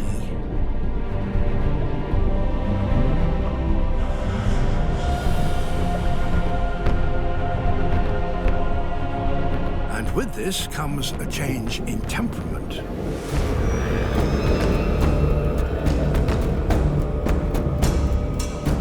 The old male who ruled all the females here is challenged to a face-off.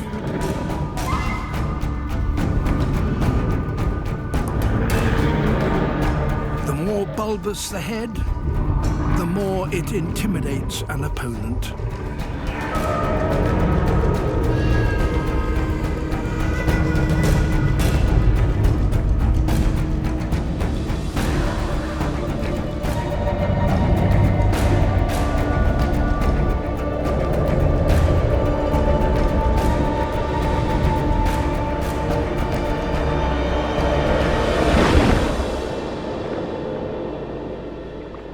Territory has a new ruler.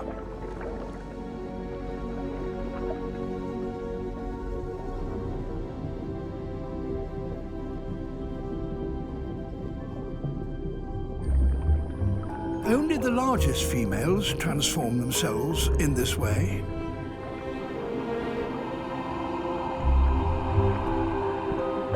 But the change enables them to have more mates, so they will have many more offspring carrying their genes.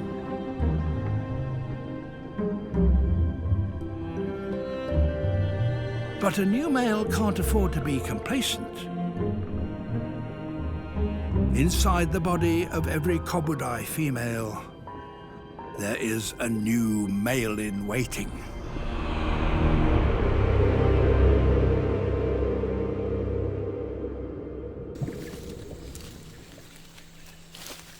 Wallace was fascinated by the possibility that humans and monkeys could be related. And his belief was only reinforced when he came across the man of the forest, the orangutan.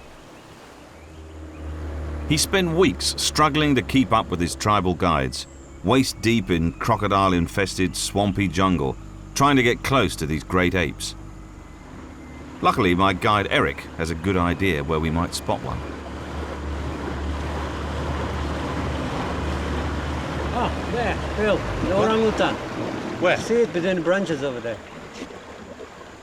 Right between that big tree. Yep, just yep, got it. Yeah. Oh, fantastic. Look at that. Good spot. Yeah. That's got to be a big male. I can just see a huge, hairy back. And he's just hanging out here, waiting for the sun to come up. Brilliant. That's my first sighting of a Bornean orangutan. And he's got his back to me. How big is Eric? Eric takes us in to give me a chance to see him face to face.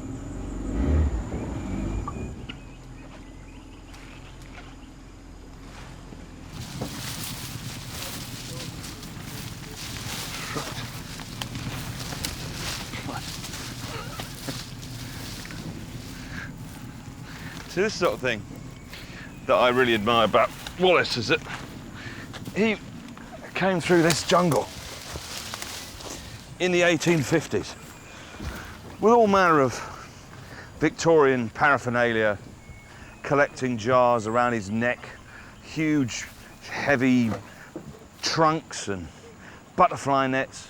He was a tough cookie. Trying to spot our orang from the forest floor isn't easy. You'd think something the size of a man couldn't just disappear. But it can.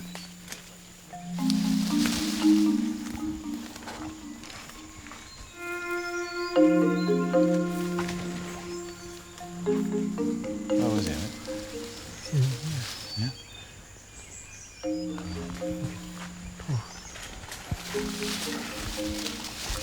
This here? Yeah. See a bunch of leaves sitting on the branch here?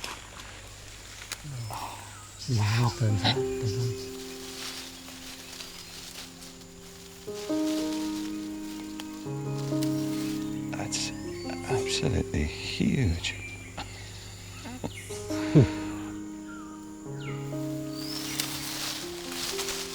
Okay, now he's on the move. Yep. Oh, let's follow him around. This way.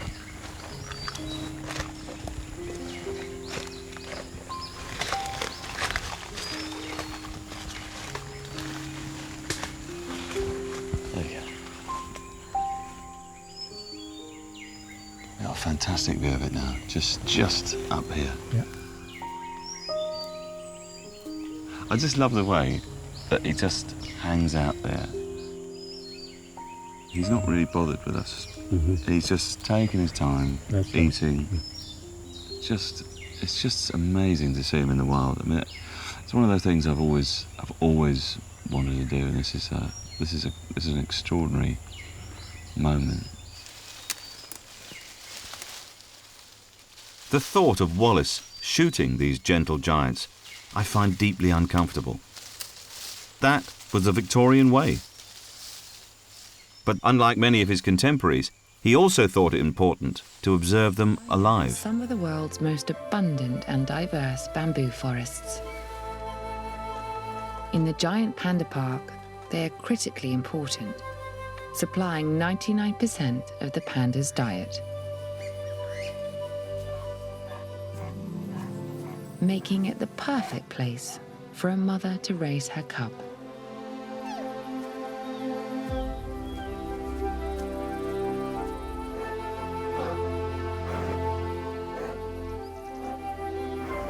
With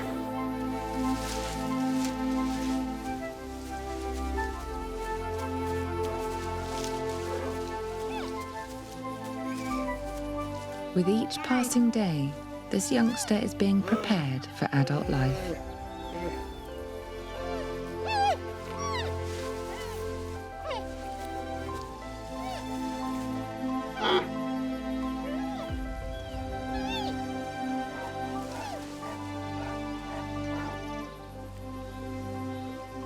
Today's lesson is how to eat bamboo.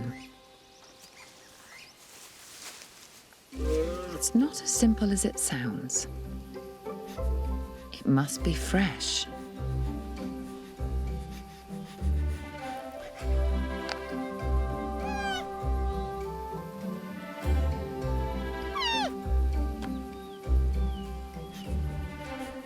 The cane must be split perfectly. The most digestible part is inside. The enormous jaw muscles needed to crunch bamboo are what give pandas their characteristic round faces. The youngster practices on a stick.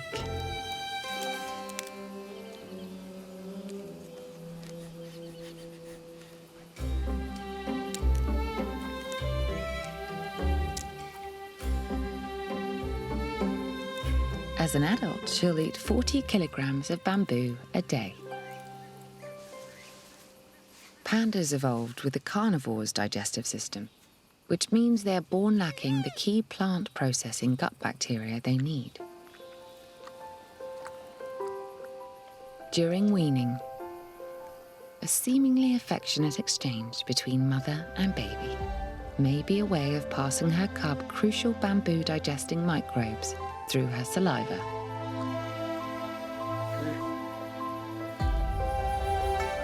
When the cub is weaned at around 18 months, they will separate, and the youngster must go it alone.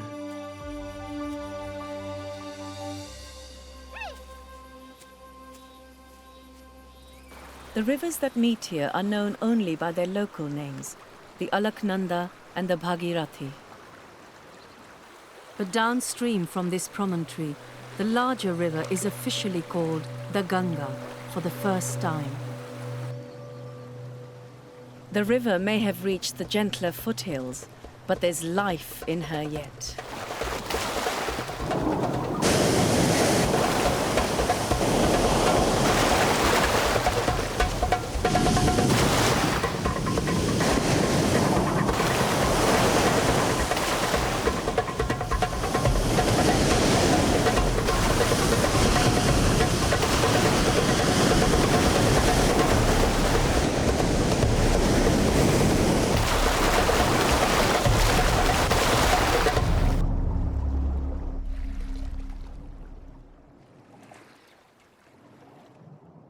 This region is known as the Shivalik Hills.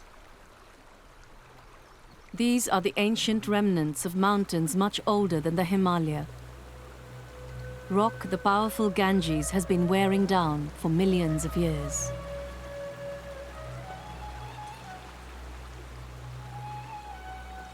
Now the river's character begins to change. The rapids become separated by increasingly longer stretches of deeper, more placid water. The first large towns begin to appear on her banks. The 120-meter-long Lakshman Jhula footbridge spans the Ganges at the town of Rishikesh.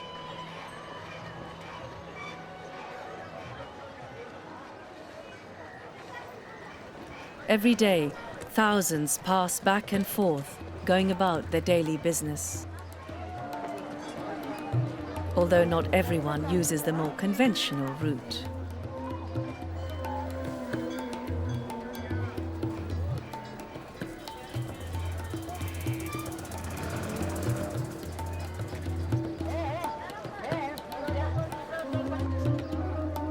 The chaos of the bridge is ripe for exploitation, and the resident macaques know just how to work it to their advantage.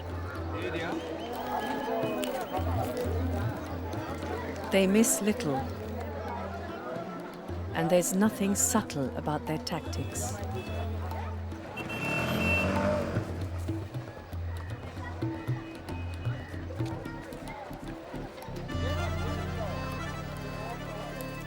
If begging doesn't work, direct action usually does.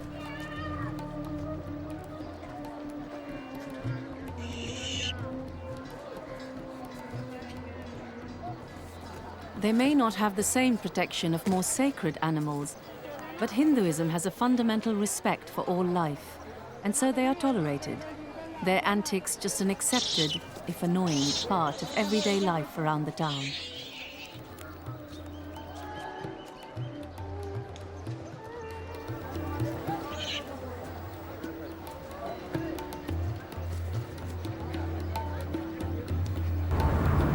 It's when animals leave the forest edge and move into farmland that the relationship with humans becomes less benevolent.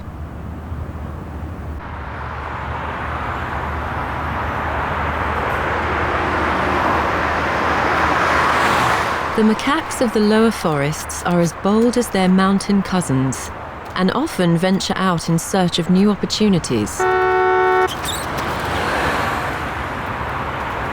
There are all sorts of perils, but there are rewards too if you're willing to take some risks.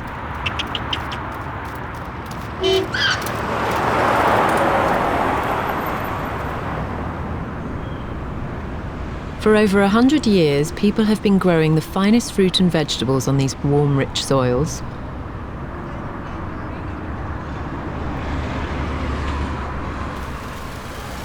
For these cheeky thieves, it's irresistible.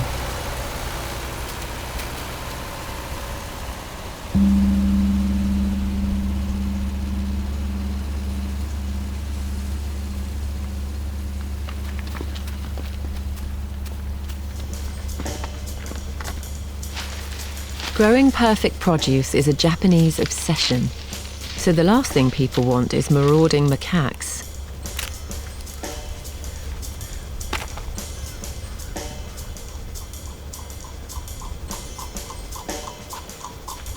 As the day heats up, the farmers take a break.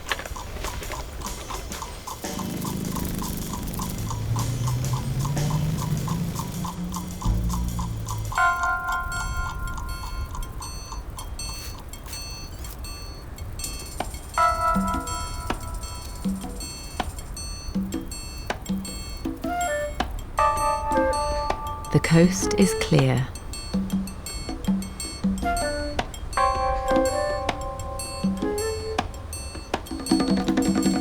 They have to be cautious. If they're spotted, there'll be trouble.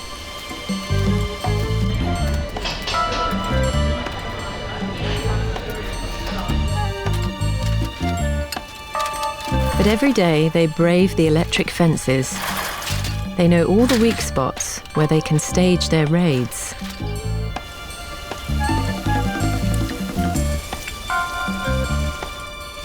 And they gorge themselves on the fruit of the farmers' labours.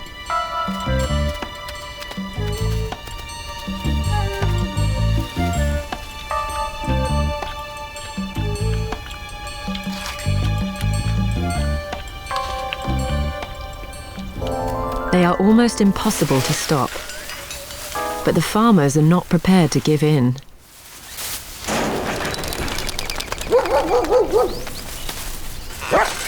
They bring out their secret weapon. Specially trained monkey dogs.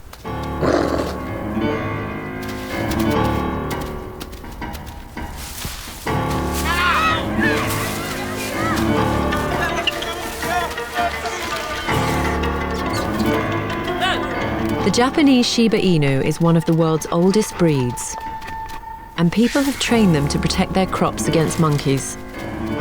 There's even a Japanese saying that when people are fighting, they're like a dog and a monkey.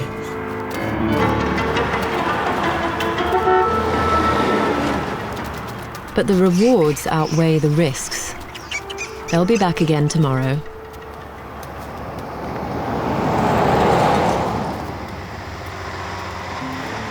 Initially, this was just a stopover as he ventured east.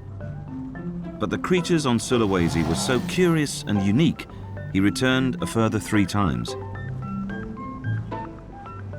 This amazing island is where I pick up his story. And with the help of my guide, Bobby, I'm searching for a tree-dwelling creature that would become a key piece of his evolutionary puzzle.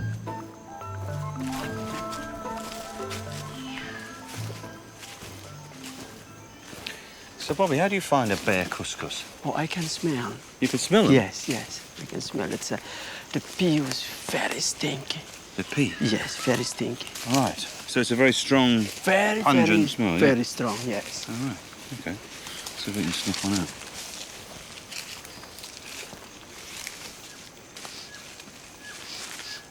Oh, up here. Just, yeah. You see. Oh, yeah, got it. You got it? Yeah. That's the first time I've ever seen one of these creatures, a bear couscous. And they are quite extraordinary. They're unique. You only find them here in Sulawesi. I've seen other kinds of couscous throughout Indonesia, but this one is the only one that moves around during the day, so it's a lot easier to see. His face resembles quite a cross sloth. You know, sloths quite benign, almost sort of sleepy looking, but these look just like they're angry about something. And in fact, these are supposed to be active during the day, but I mean, that's not really active, is it? I mean, he scratched his ear once. You know. That's really at the low end of active. What excited Wallace about this lazy couscous is it's a marsupial, a relative of Australian mammals like kangaroos that carry their young in pouches. And these weren't the only Australian creatures on this island. He also came across Australian birds, like cockatoos. For centuries, the Arabs held camel races to celebrate special occasions. But in the last 50 years, camel racing has been transformed, echoing changes that have swept all across Arabia. Now, this is one of the richest sports in the world.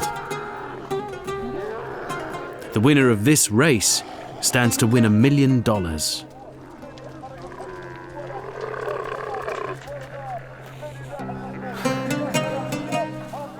The prize money at stake means that 21st century camel racing has moved far beyond anything these camel handlers' grandparents could have imagined.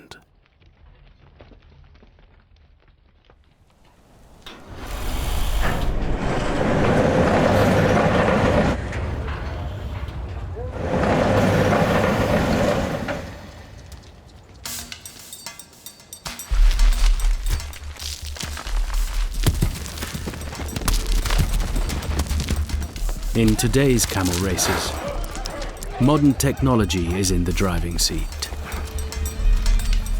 Literally.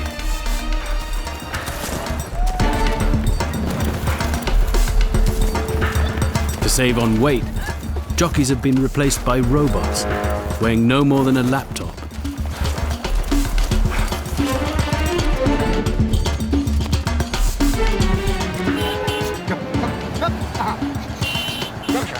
The camel trainers drive alongside.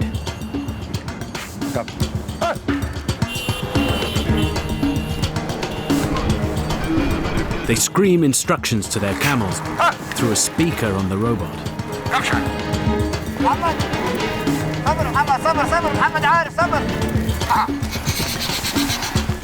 The frenzy is added to by the fevered excitement of the race commentator, broadcasting live to the nation.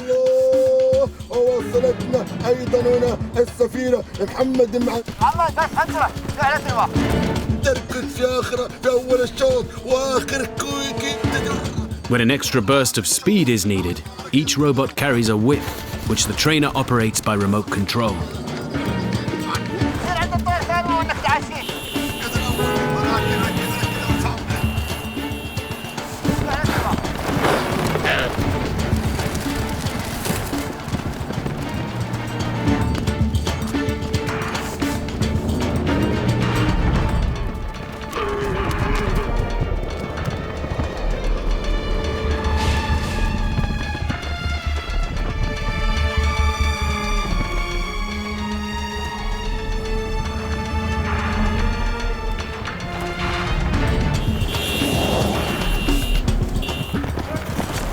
In today's Arabia, camel training has become a sophisticated business. Scientific breeding and state-of-the-art training have turned these camels into elite racing machines. The average speed of a racehorse in Europe hasn't changed in half a century, while the average speed of a racing camel has increased by 30%. But he isn't the only forest resident contemplating a new home. This weaver ant is carrying its larva on an important journey. Weaver ants are tree dwellers, so they don't dig nests below ground like other ant species. Building a new home up here requires one of the most extraordinary examples of social cooperation in the animal kingdom.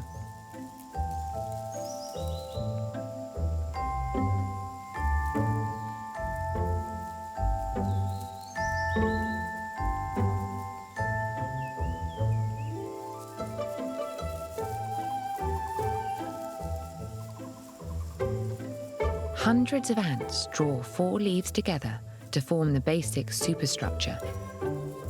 Then multiple chains of up to 12 workers bridge the gaps between the leaves. Powerful mandibles and strong tarsal claws haul the leaves together. But they need a permanent solution to secure the walls. Which is where the larva comes in.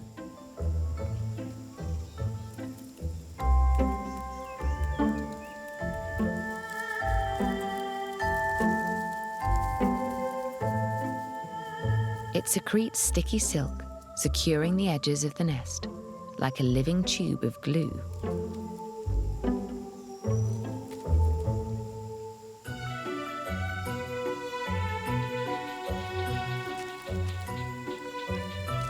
Numerous larvae are used to build a football-sized nest, which will house the colony's queen.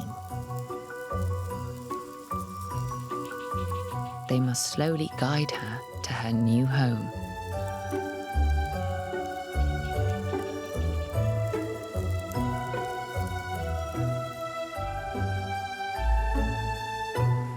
Extraordinary partnerships like this aren't just confined to Hainan's forests. As farming flourished, the people began to worship the miraculous life-giving powers of the Ganges.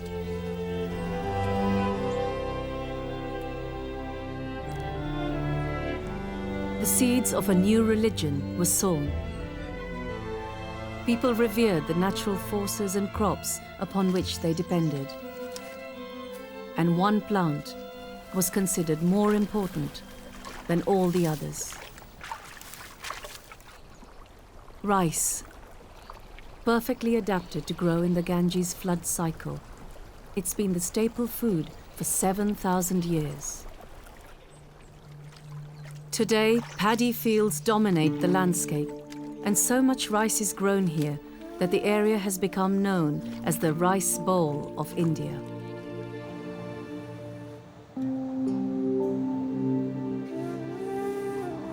The rise of farming didn't only change the landscape, it also offered a home to new creatures. The people of the Ganges have long kept all sorts of domestic animals and put them to use in ingenious ways. Duck herding is an ancient and lucrative occupation. So many ducks lay a lot of eggs, and the herders are also paid to graze their flocks on the paddy fields. As the ducks feed, they clear the weeds from the inundated fields, and their droppings add extra dollops of organic fertilizer.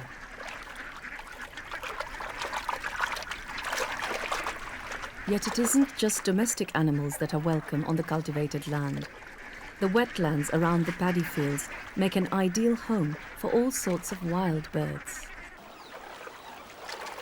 And one visitor to these fields is honored as a bearer of good fortune.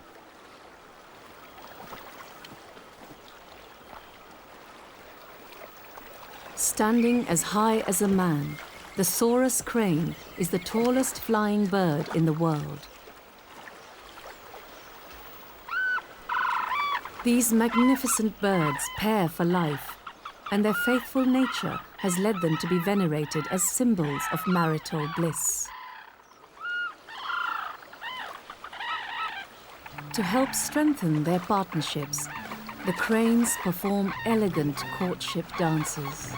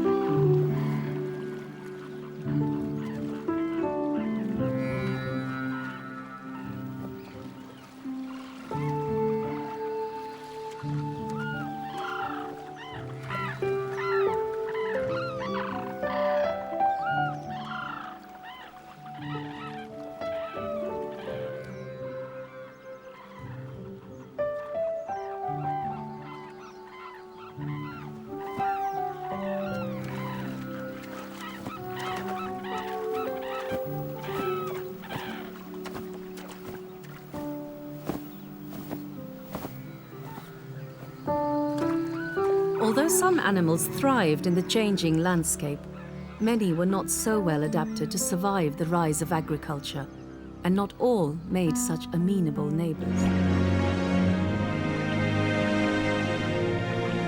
It's only the warmth of the Kuroshio Current that allows coral to grow this far north in the Pacific Ocean.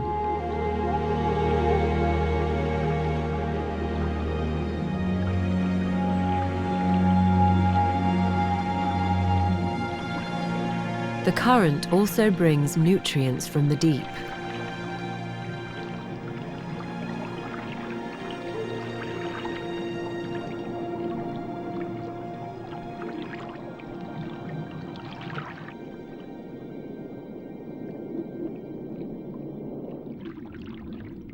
There's one very small resident who never strays far from the reef. He's a blue streak cleaner wrasse, and he leads a very busy life.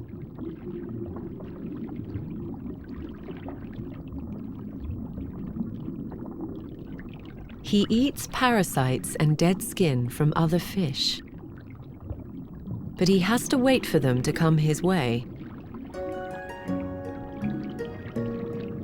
And right now, no one is stopping long enough to give him as much as a nibble.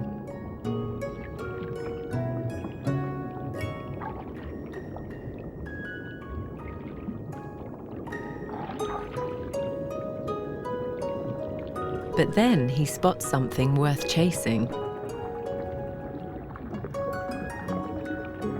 A batfish.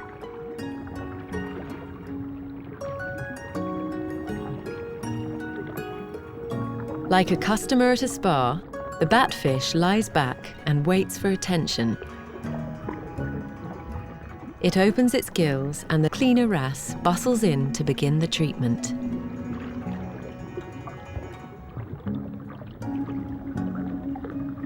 The batfish even changes colour, probably to make parasites more visible.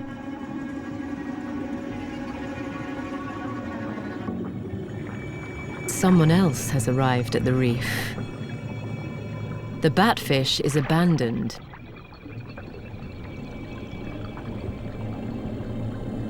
There's a visitor from the open ocean that's worth dropping everything for.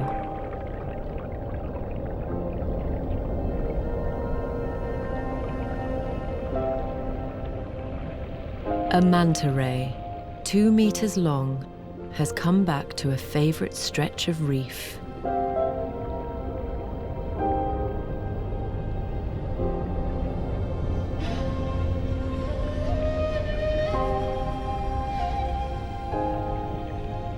He signals to the manta by flicking his tail. And the giant responds by unfurling itself for cleaning.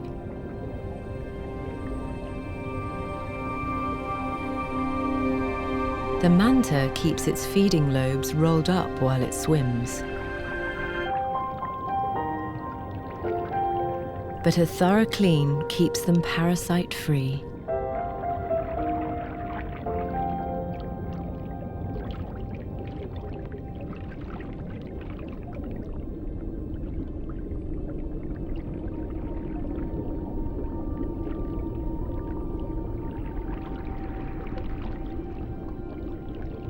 This enormous fish would never visit Japan if it wasn't for the warmth that bathes the island chain and the helpful services of this resourceful little wrasse.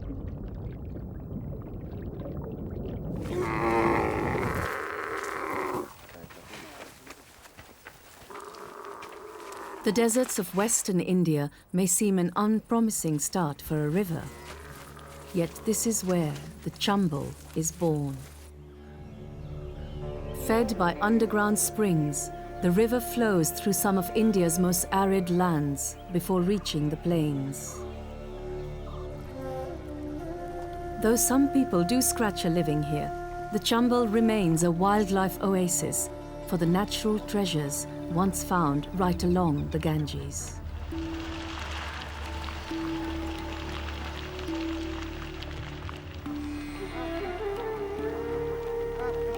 Some migrant birds, such as bar-headed geese and Brahmani ducks, fly all the way across the Himalaya to overwinter here in the desert sun.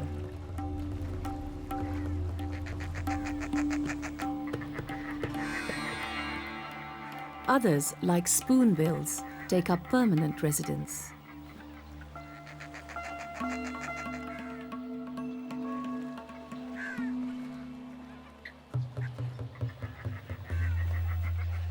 Indian skimmers are also seen here all year round, fishing the well-stocked river.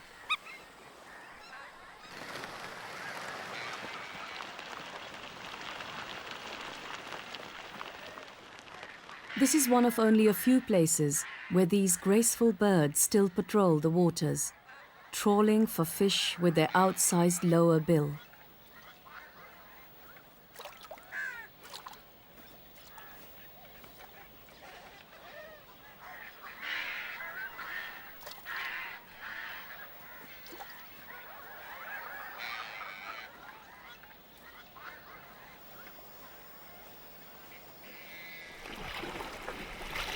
Human influence on the Chambal is steadily increasing, but today the river still harks back to a time when just a few early settlers shared the Ganges with their natural neighbours. Termites, an important source of protein.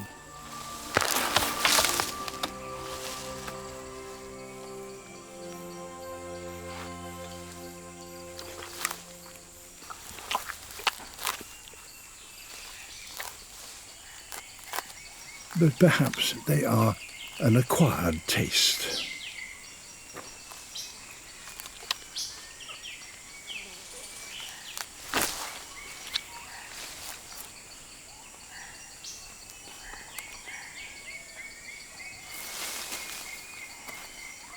He's off to search for something he might prefer.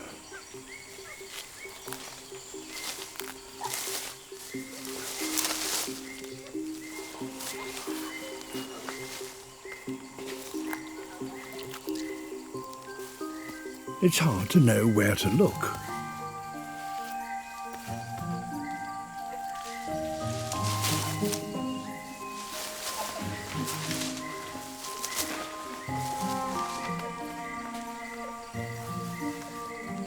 Or where it's safe to clamber.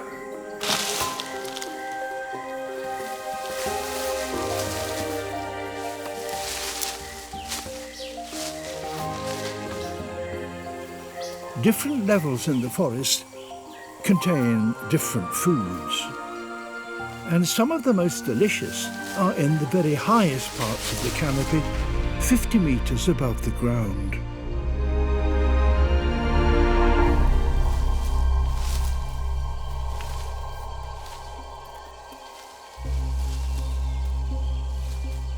He's a couple of years old, and he's already getting adventurous. His mother could climb right to the top in 10 minutes or so if she wanted to, but she lingers to keep an eye on him.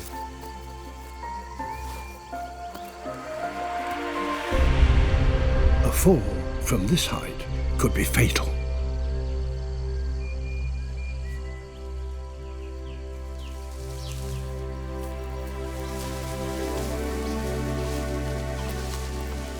Where the gaps between the branches are too wide for him, his mother lets him use her body as a bridge.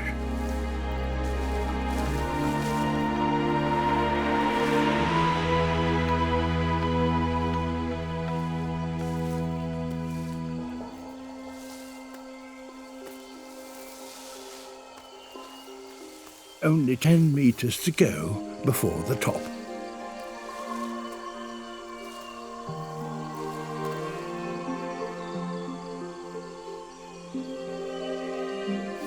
But it's hard going for small hands.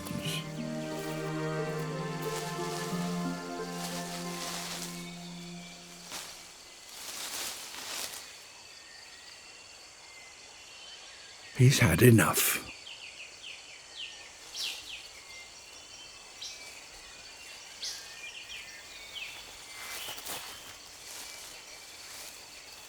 Time for a rest with Mother.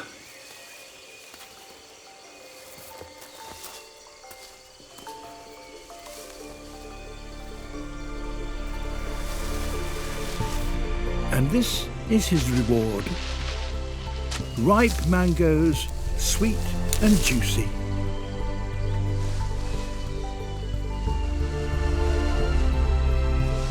There's so much he must learn.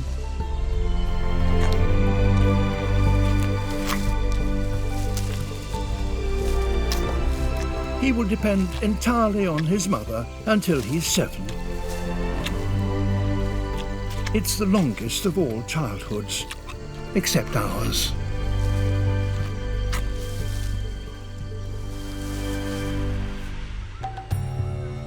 The Sundarbans stretches along the coastline of Bangladesh and India. It's by far the largest mangrove forest on Earth, 6 times the size of Greater London. Mangroves, with their bizarre aerial roots, are the only trees that can cope with the salty, waterlogged conditions. There are over 30 species of mangrove in the Sundarbans, and the biggest rely on one tiny animal to survive. Giant Asian honeybees feed on the nectar of the mangrove flowers and, in the process, pollinate them. These are the biggest honeybees in the world and also the most aggressive. They will defend their enormous hive to the death against any threat.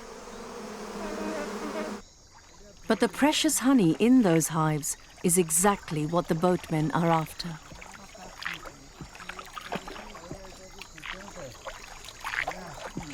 These men have pushed deep into the maze of over 400 waterways that crisscross the forest.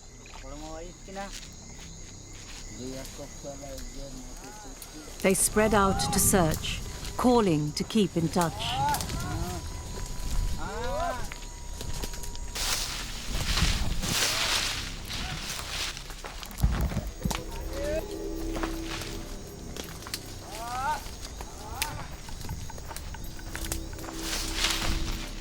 Many people have been killed by swarms of these bees.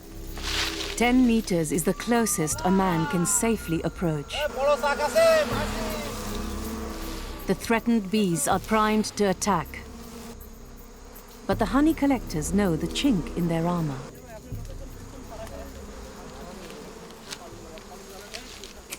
When the bees smell smoke, they instinctively behave as if the forest is on fire. As far as they're concerned, the hive is doomed to burn, and there's no point in trying to protect it. With the bees no longer aggressive, the men can go about their work.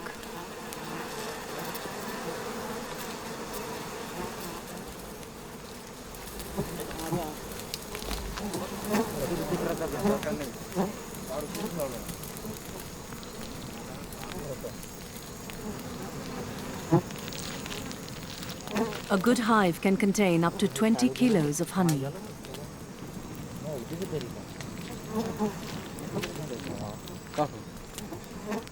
This is liquid gold for these men, but even though they are poor, they choose not to take the whole hive.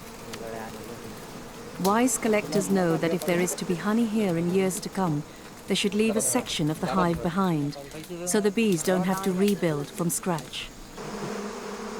The honey will fetch a high price, but many men pay an even higher price for collecting it. It's not swarms of bees that make this one of the most dangerous jobs in the world. The trails are crisscrossed with the tracks of the forest's most infamous residents.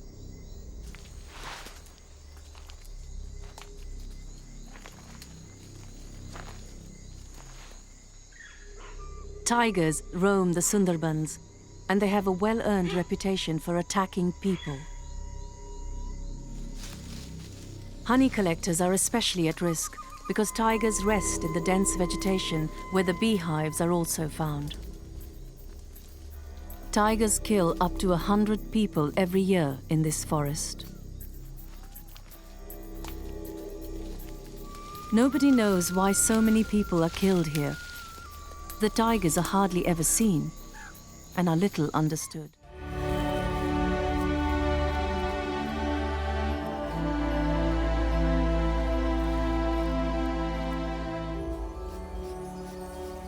This insect-eating prehistoric mammal has walked planet Earth for 80 million years.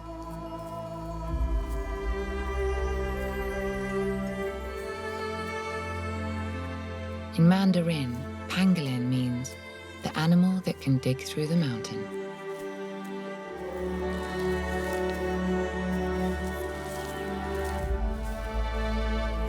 Its powerful claws have evolved to tear open termite mounds. A single pangolin can consume 70 million insects a year, helping to keep the ecosystem in balance and earning it the title Guardian of the Forest. Shy nocturnal creatures, they spend most of the day in underground burrows. They protect themselves from predators with a full body armor of razor-sharp scales, formed, like human fingernails, from keratin. But its defense has become its downfall. Pangolins are the most trafficked animal on the planet. They are poached for their scales, which are used in traditional remedies, and for their meat. Since 2000, more than 1 million have been poached from the wild across the world, driving them to the very edge of extinction.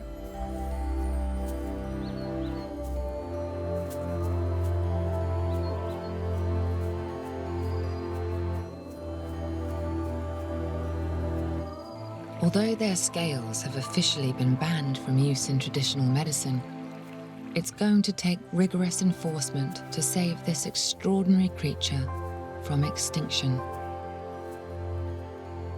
The fact that one of its last natural refuges is here in the Uan National Park, the centre of a global tea industry, is perhaps the greatest symbol of how, when man works thoughtfully with nature, both can thrive.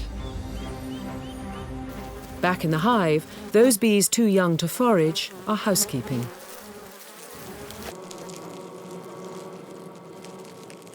Like the hornet queen, the queen bee has the immeasurable task of laying enough eggs to ensure the health and future of the colony.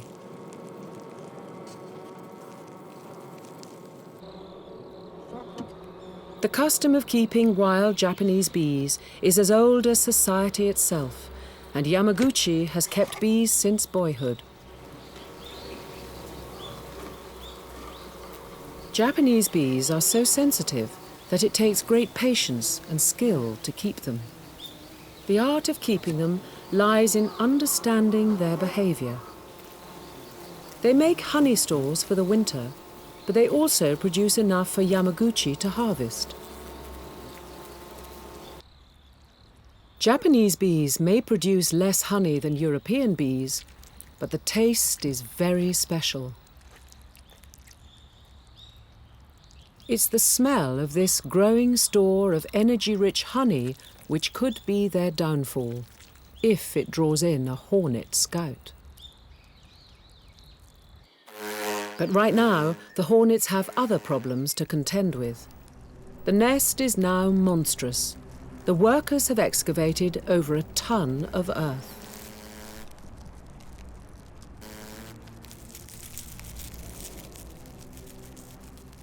There are so many bodies living at close quarters that the queen and her dynasty are in danger of overheating. So workers create air conditioning, keeping a steady flow of fresh air circulating. Being unable to cope with high temperatures is a giant hornet's Achilles heel. The warmth of the hornet's nest belies the change in season.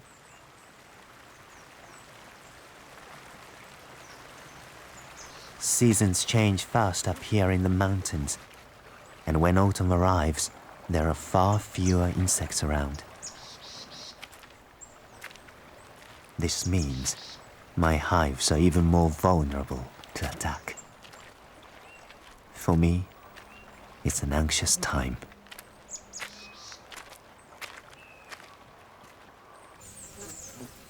In the search for autumnal food, a scout hornet discovers Yamaguchi's wild bees.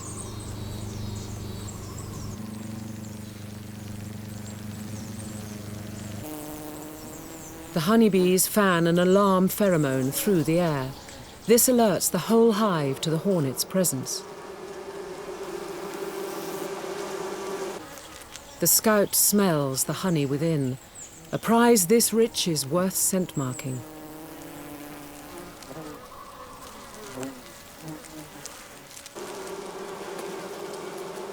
But unlike the European bees, these Japanese bees do not attack. Instead, they lure the scout inside.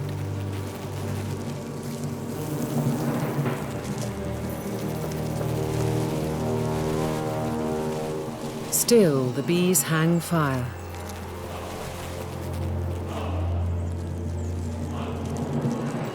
Then one is caught. It's the signal the others have been waiting for.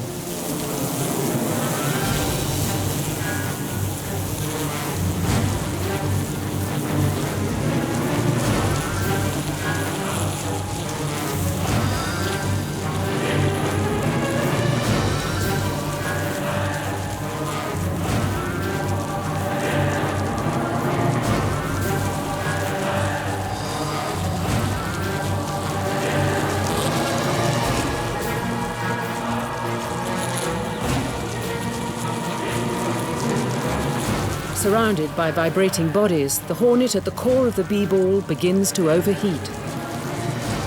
The bees have the advantage, a heat tolerance 2 degrees above that of their enemy. At 46 degrees Celsius, the aggressor is roasted alive.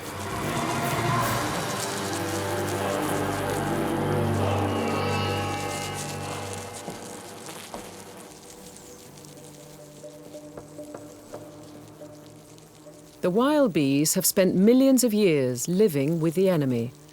That's why they alone have developed this extraordinary survival strategy.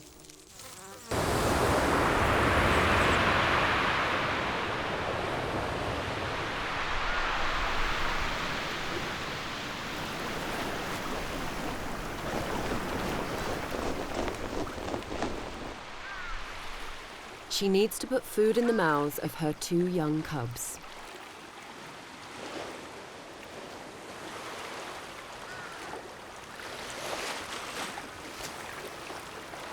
There's a bitter winter coming, and if they're not well fed, her cubs won't make it through. This is a hard place to be a mum. The family is not alone. This peninsula is home to 200 brown bears.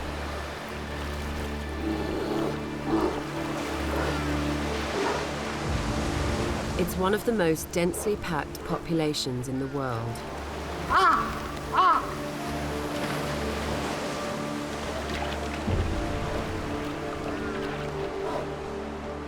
The salmon bonanza has attracted others here too.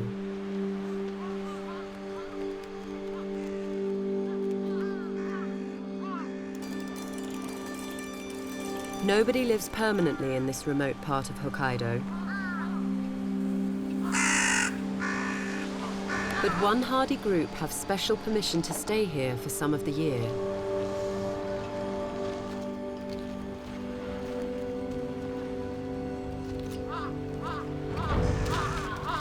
Hokkaido is Japan's second largest island, but the harsh conditions mean it's home to only 4% of its people.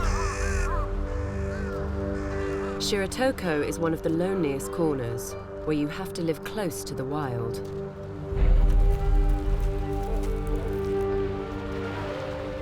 Brown bears can weigh 300 kilos and are not to be messed with.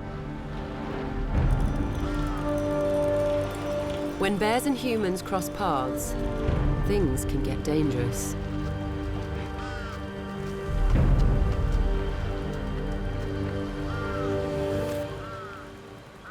But here, something astonishing has happened. For the fishermen, bears have become a part of everyday life. It takes some nerve, but the men live alongside them as equals. Tough characters, side by side, both dependent on the salmon run.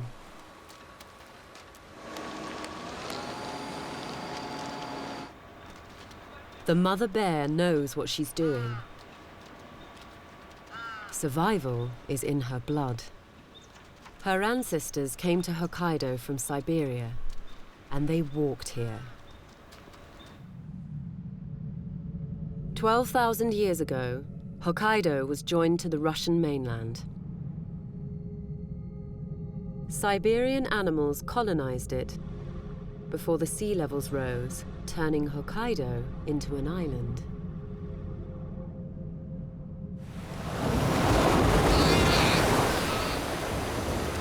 It's why the wildlife here is so different from the rest of Japan and so well equipped to face the coming winter.